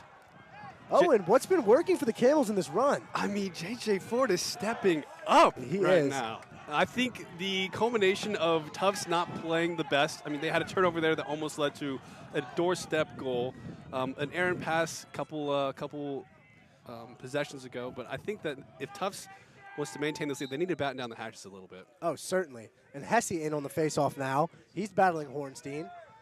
Hornstein wins it through Hesse's legs, but Hesse with great positioning will box out and let Cam Kelleher pick up the ball, and a much-needed faceoff win there for the Tufts Jumbos. In a big clear here. Yep. Hesse comfortable in the field to stay on the clear, but Garzone does not pass it to him. Instead finds Waldbaum, who finds an easy pass to Kelleher, and the Jumbos will have around 60 seconds on the shot clock to get a goal and stop this Camels run. Ball is now with Jack Boyden, who moves it to Mac Bradle. Bradle's been a little bit quiet today. Oh! Almost proved me wrong with a no-look lefty one-hander. Well, that Bradle goes says 2 hands is too easy. yeah, sometimes it is for that kid. What a skilled player. And the Jumbos really need a goal here, huh, though, Owen? They really do. Cameron Keller with a shorty. You can expect him to go to the goal. Yeah, Kelleher's so shifty. Hard to stick with him if you don't have a long stick to hold on to. Now here's Jack Boyden. He has a favorable matchup against Fox. Runs by him, runs by Chang. Another save by Rice, who's also heating up today. You talked about him in the pregame, Owen. What does his success mean to this Camels team? I mean, Rice is the backbone of this defense. It seems like every time the defense has done something wrong, Rice has done something right. Yeah, he's been really stonewalling open looks as Venturelli is able to clear it, but then turns it over to Waldbaum, who's been all over the place today. And after a really good defensive possession for the Camels, they are right back on defense, not where they want to be. An agile Alf is back on the field again. An agile Alf does his thing. A great underneath move. Duke Alf understands the flow of the game so well and is able to pick his attacks when he wants. He's scored in every goal. He's scored in every game this season. Not changing that trend. Right there, he realized he was guarded by a short stick defensive midi. There was a lot of space in the middle of the field, and he just used his athleticism and his silky smooth skill set to get to the middle of the field and finish with ease. Yeah, and Owen, I was reminiscent of this game plan of dodging in transition for the Jumbos. Walk me through how that works for So Tufts. right there, the full defensive personnel for Connecticut College was not on the field, and they were not fully set up in their defensive package. So right there, they were still subbing off, offensive middies, or maybe it might be face-off people, but nonetheless, they didn't have their core squad out there, and Duke Elf realized that and exploited that to the fullest extent. Yep, and just a great play by Alf. It looks like there's a timeout here on the field. Oh, no, is that Thunder? Okay, so it is a Thunder timeout. It looks It is like a weather warning. Yeah, if you can see the clouds here, they are pretty dark. They're very ominous-looking clouds. Ominous-looking clouds, to say the least. Stick with us here. We're not sure when this game will be resumed, but it looks like both teams will head back to the locker room for now.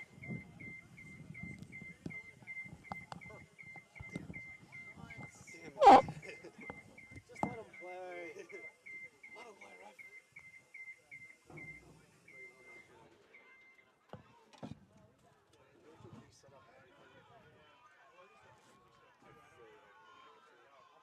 Hey, Riley, what's the deal? I think this will be good for Tufts. 45 minutes? Should be 30, actually. 30? So, are we still on broadcast? I can say that. That's fine. We on?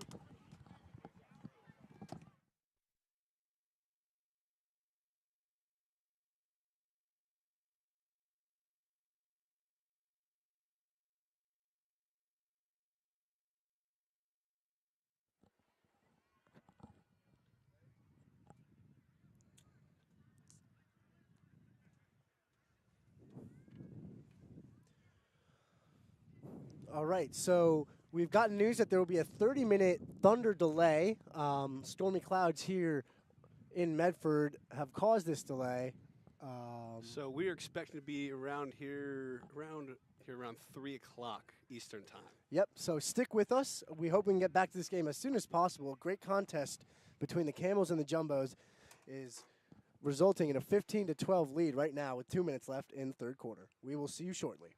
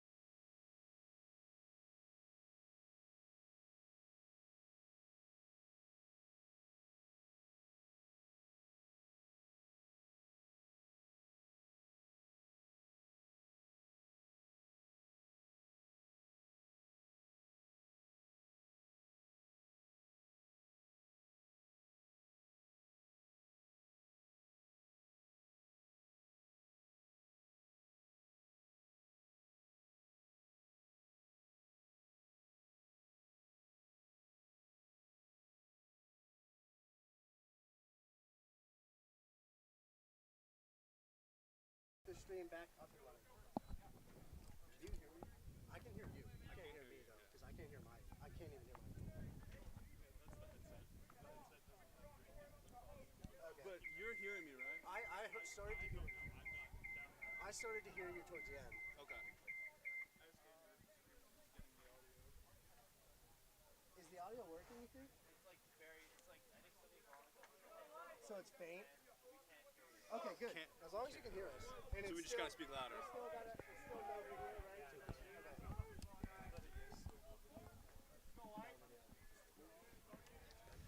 Apologies, the rainstorm has severely affected our capability to stream here. We will do our best to walk you guys through the game.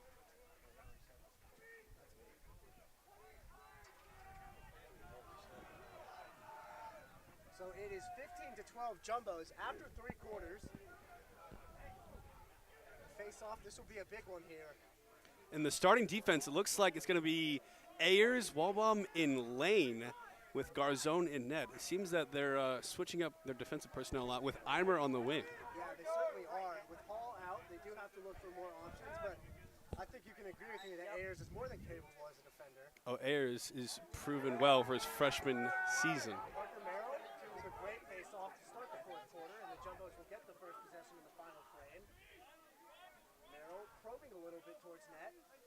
Decides to pass it to Camden Kelleher, being guarded by Conn. And the Jumbos will get their offensive set on. Kelleher uses the swank. Swank, the big shot saved by Rice. Ground ball scooped up by the Camels, and they're looking to clear now. But the pass is one-handed caught by Fox. And Fox moves it down to Ford. And the Camels will get their possession. Here's Rainville being guarded by Lane McCarty.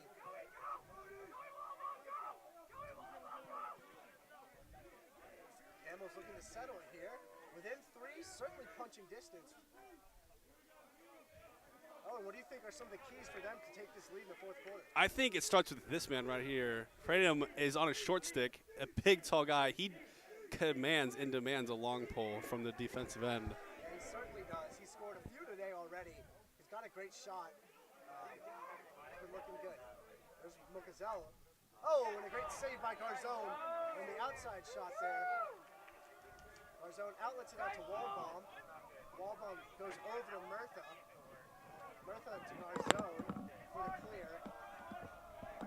And Walbaum will find Camden Kelleher, and the Jumbos successfully clear the ball, and they're back on offense. Kelleher dodging quickly against the ball play. Kelleher takes it outside. Ooh! Can you hear me? Can you hear me? Still on fire. This rain has not put out the fire that Camden Keller has right now. That is his 5th goal of the day.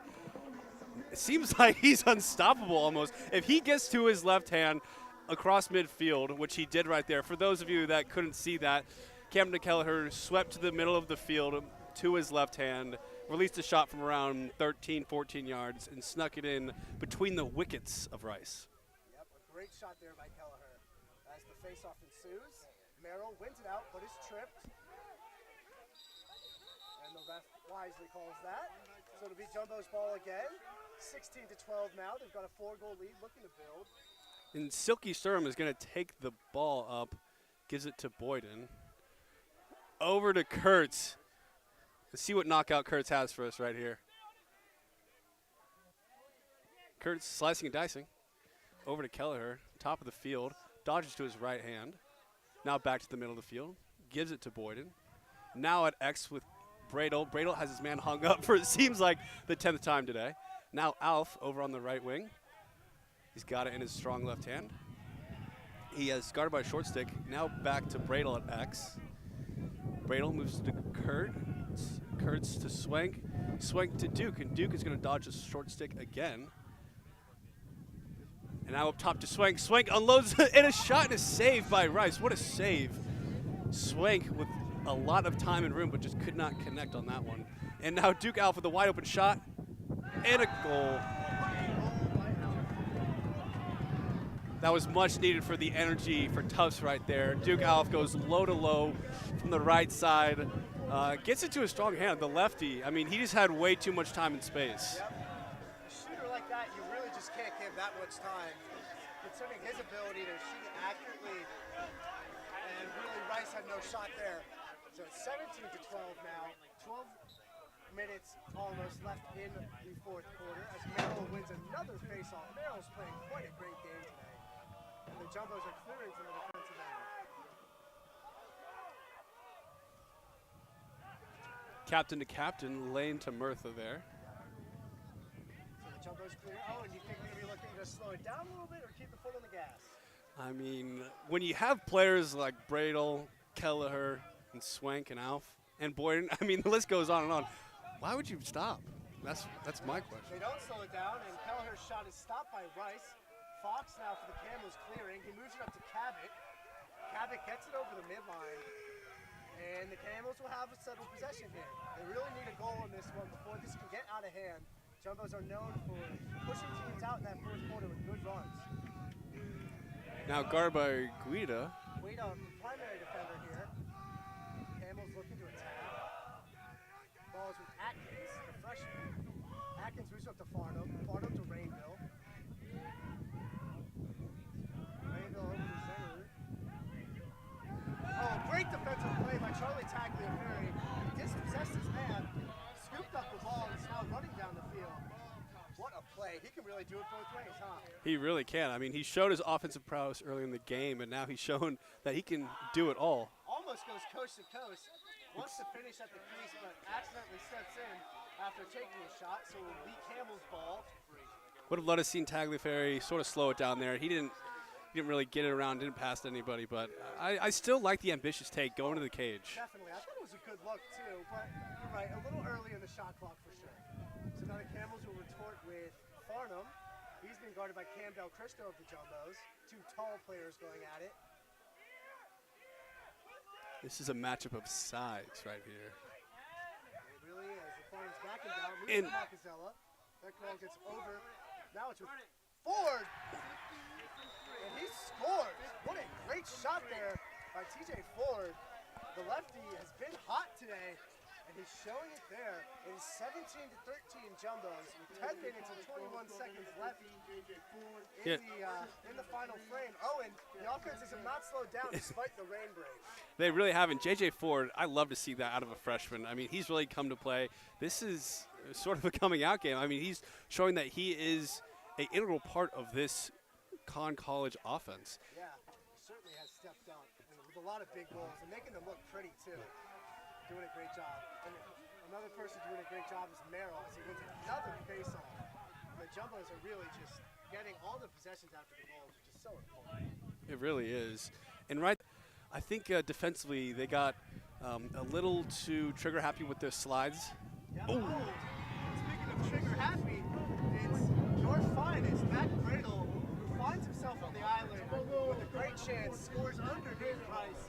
So the Jumbos are now up 18-13 with 10 minutes left in this fourth quarter. They've really come out hot after the break.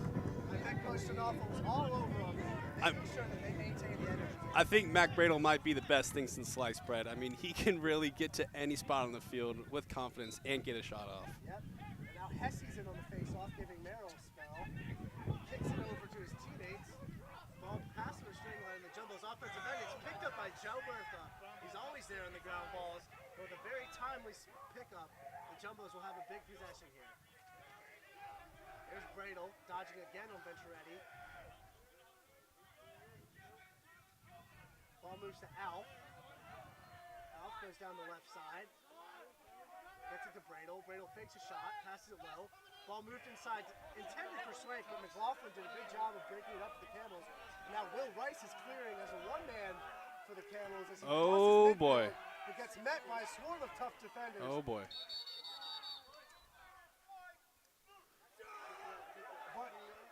But the Jumbos violated. It looks like he does either a push or offsides on the ride. It looks like a loose ball push, but Rice got bailed out on that one. Yeah, he really did. The Jumbos ride really collapsed once they saw Rice across midfield. Yep, Rice got met with around 3 defenders and lost the ball pretty easily. Here's Farnham dodging on Lane McCarty, met by a wall bomb slide. Ball is now with Rainville. Rainville's been quiet since we restarted. Now ball is Macazella. He spins to his left. Turns back, cuts to the middle of the field. Now Now it's with Ford. Ford gets a good look and misses wide. 15. Ford is attacking on all cylinders. I mean, he's not afraid to dodge. I mean, the captain, Matt Lane, like, he's getting shots off, too. Oh, yeah. Ford is really playing reckless, which is what these Camels need if they want to score against a defense like this. Ford again takes a wide shot.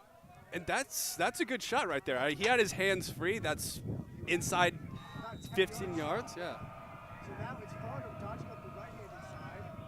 He takes on a slide, moves to the middle. It's now with McAvoy. McAvoy dodges on the airs. He moves it behind to Ford. Ford up to Marcazella. He's dodging on Sam Sterling on the right side.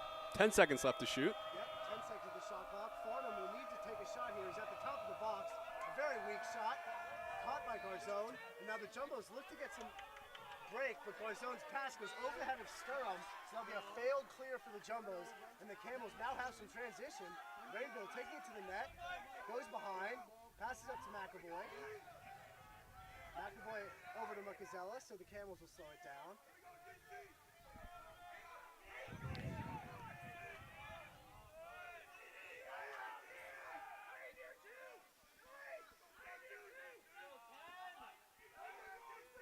So the ball is now up with Farnham. You're on. Garzone now with the save, looking to clear.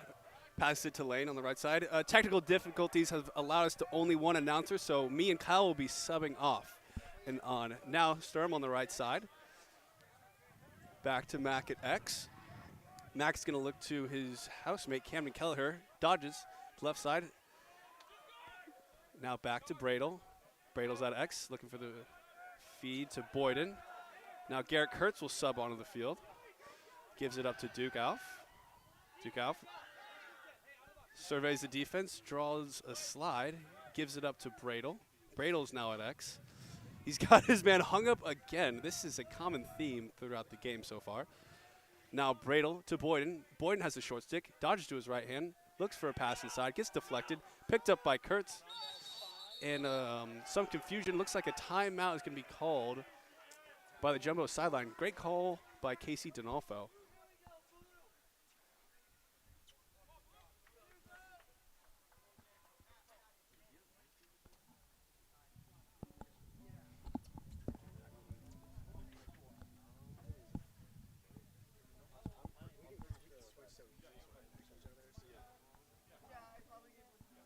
There's a break and play at like 5. I can hand it back. Yeah, I say like if there's a break and play, a turnover, if there's a whistle, Yeah. then we could like. Sounds good to me. Sweet. I guess we should have left more stuff out there, but what are we gonna do? Yeah, I would rather just dealt with this. Do you want to start off? Sure.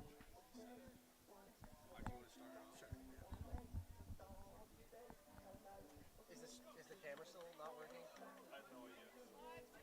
No, Andrew. Is the camera working or no?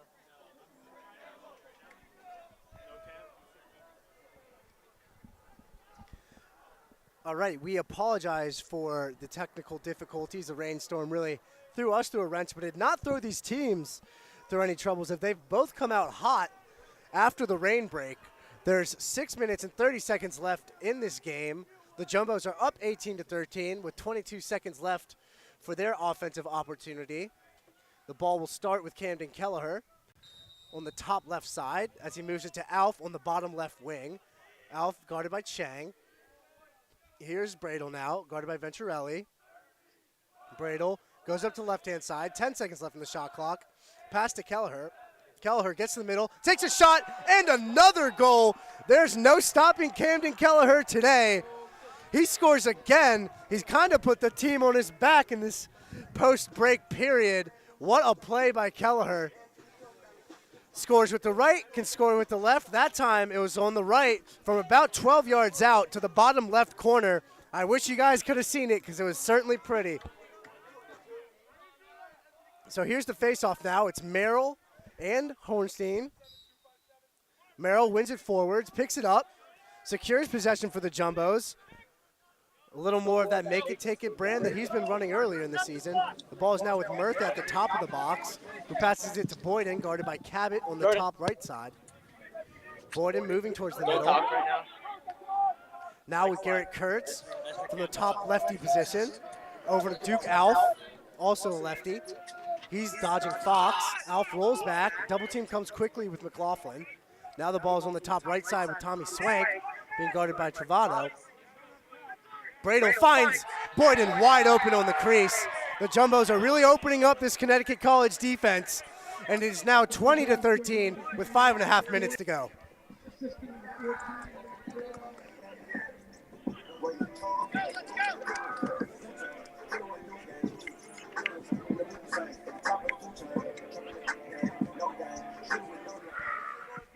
And as we've seen all year long, that connection, Bradle to Boyden, it's just automatic, especially when you give that much time to Boyden on the crease.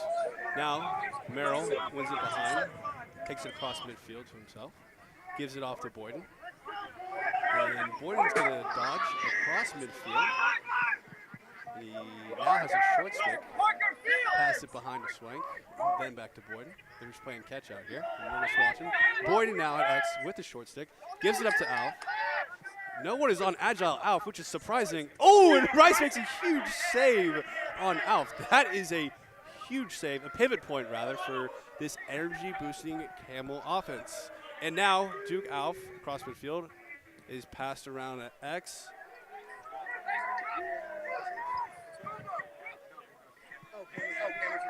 And now we realize the camera is working, so welcome back for all that have stayed with us.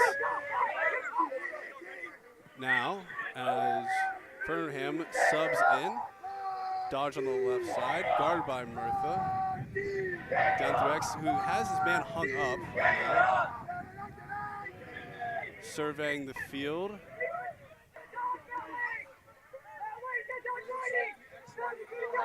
And then the coaching sideline from Tufts is screaming out directions. When a double team comes quickly, passes it over, takes a funny bounce.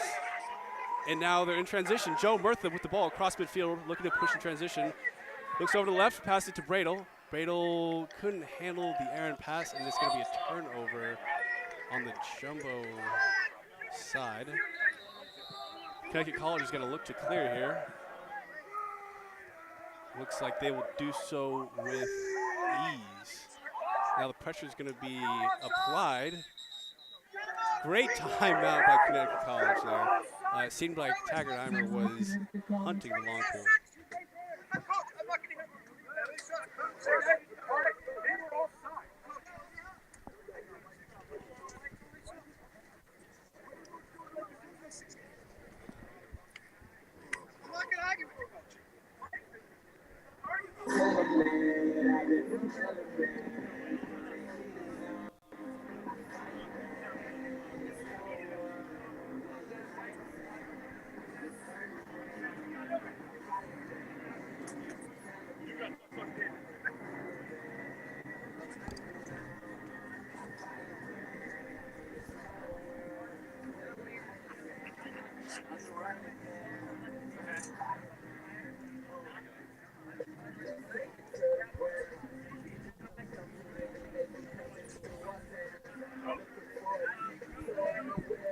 So timeout called by Coach Jim Nagel of the Camels.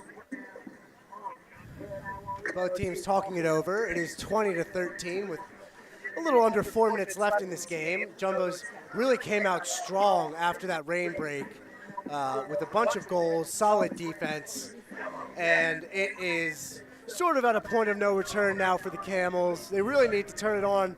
They want a shot here. 7 goals in 4 minutes or so is not impossible, but against a team like the Jumbos who can really control pace, it will be tough. As the Jumbos' second line attack has been moved in, it'll be Jack Pimentel, number 48, Callum Wood, number 47, and Max Eddinghausen on the left-hand side, number 13. But back to the Camels' offensive end where the ball is now. It'll be Rainville, looks like, starting with it on the top right corner of the box. Rainville being guarded by Joey Waldbaum. And he will take it down the alley. Rainville flips it to Linehan. Linehan dodging up the right side.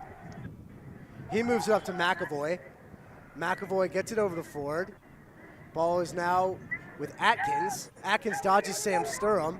Moves it to Rainville, who has Waldbaum hung up above the crease as he is at X. The coach is screaming that he is a righty, so maybe he'll go up that right-hand side. And he does choose to go up the right-hand side. Power cradles. Great defense by Waldbaum. Rainville's able to stay up, and his helmet gets dislodged, so that will be a penalty on the Jumbos. Am I coming through, Riley? Good toughness by Rainville. Ball here now with Atkins. Atkins feeds it inside. It's low. Jumbos will possess eventually with Garzone, so they will be man down. It'll be a man-up opportunity for the Camels as they look to dig into this 7-goal Jumbos lead, which might be insurmountable. How about this? It looks like the penalty is going to be on number 16, Matthew Lane. It's going to be 1 minute penalty.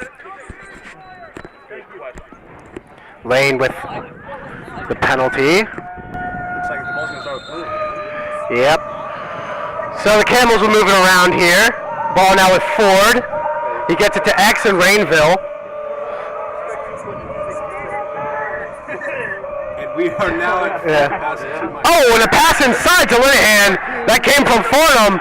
And that was a good finish to beat Garzone. Really good just man-up offense in general, huh, Owen?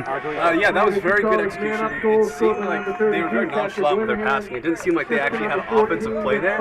It sort of seemed like they just caught Tufts ball watch. The old lull to sleep method, huh? It always gets them. Good finish there by Linehan off the pass from Farnham.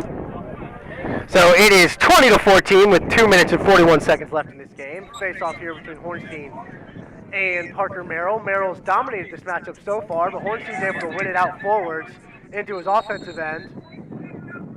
It looks like Waldbaum stepped out of the restraining box just a bit too early, so it'll be Camels' ball, looking to make this a 5-goal game. And Connecticut College really has to push pace here if they want to close this gap. Yeah, oh, and if you're trying to score this many goals in such a short period of time, what do you think you should do? I say give it to number 15. Yeah, give it to Ford. Ford has been doing very well. He's got, I think, 4, something like that. Yeah, he's And been a strong playing great. left-handed. And Oh! as I say it, Ford gets a shot off. Gets a doorstep look denied by Garzone, who's been solid all game. And the Jumbos will now clear with 2 minutes to go. Garzone's pass goes up to Timmons. Cannot be handled.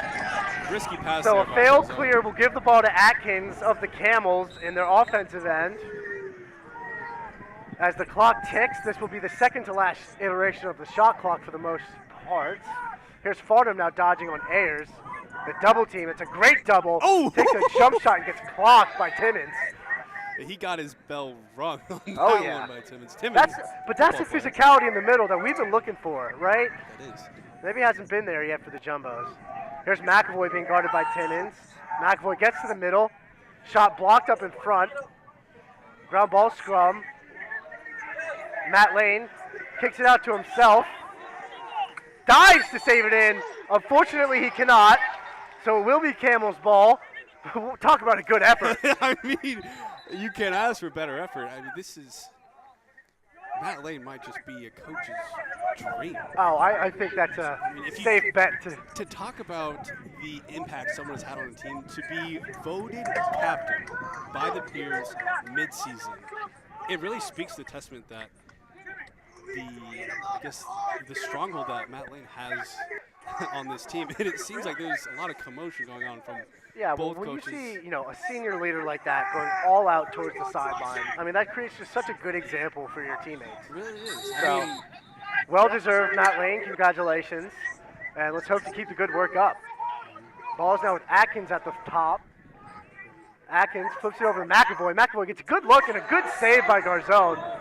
The shot was from distance, but Garzone able to stay clear-headed and make that save. And now as the clock ticks past 1 minute left in this game, it is Jumbo's 20-14.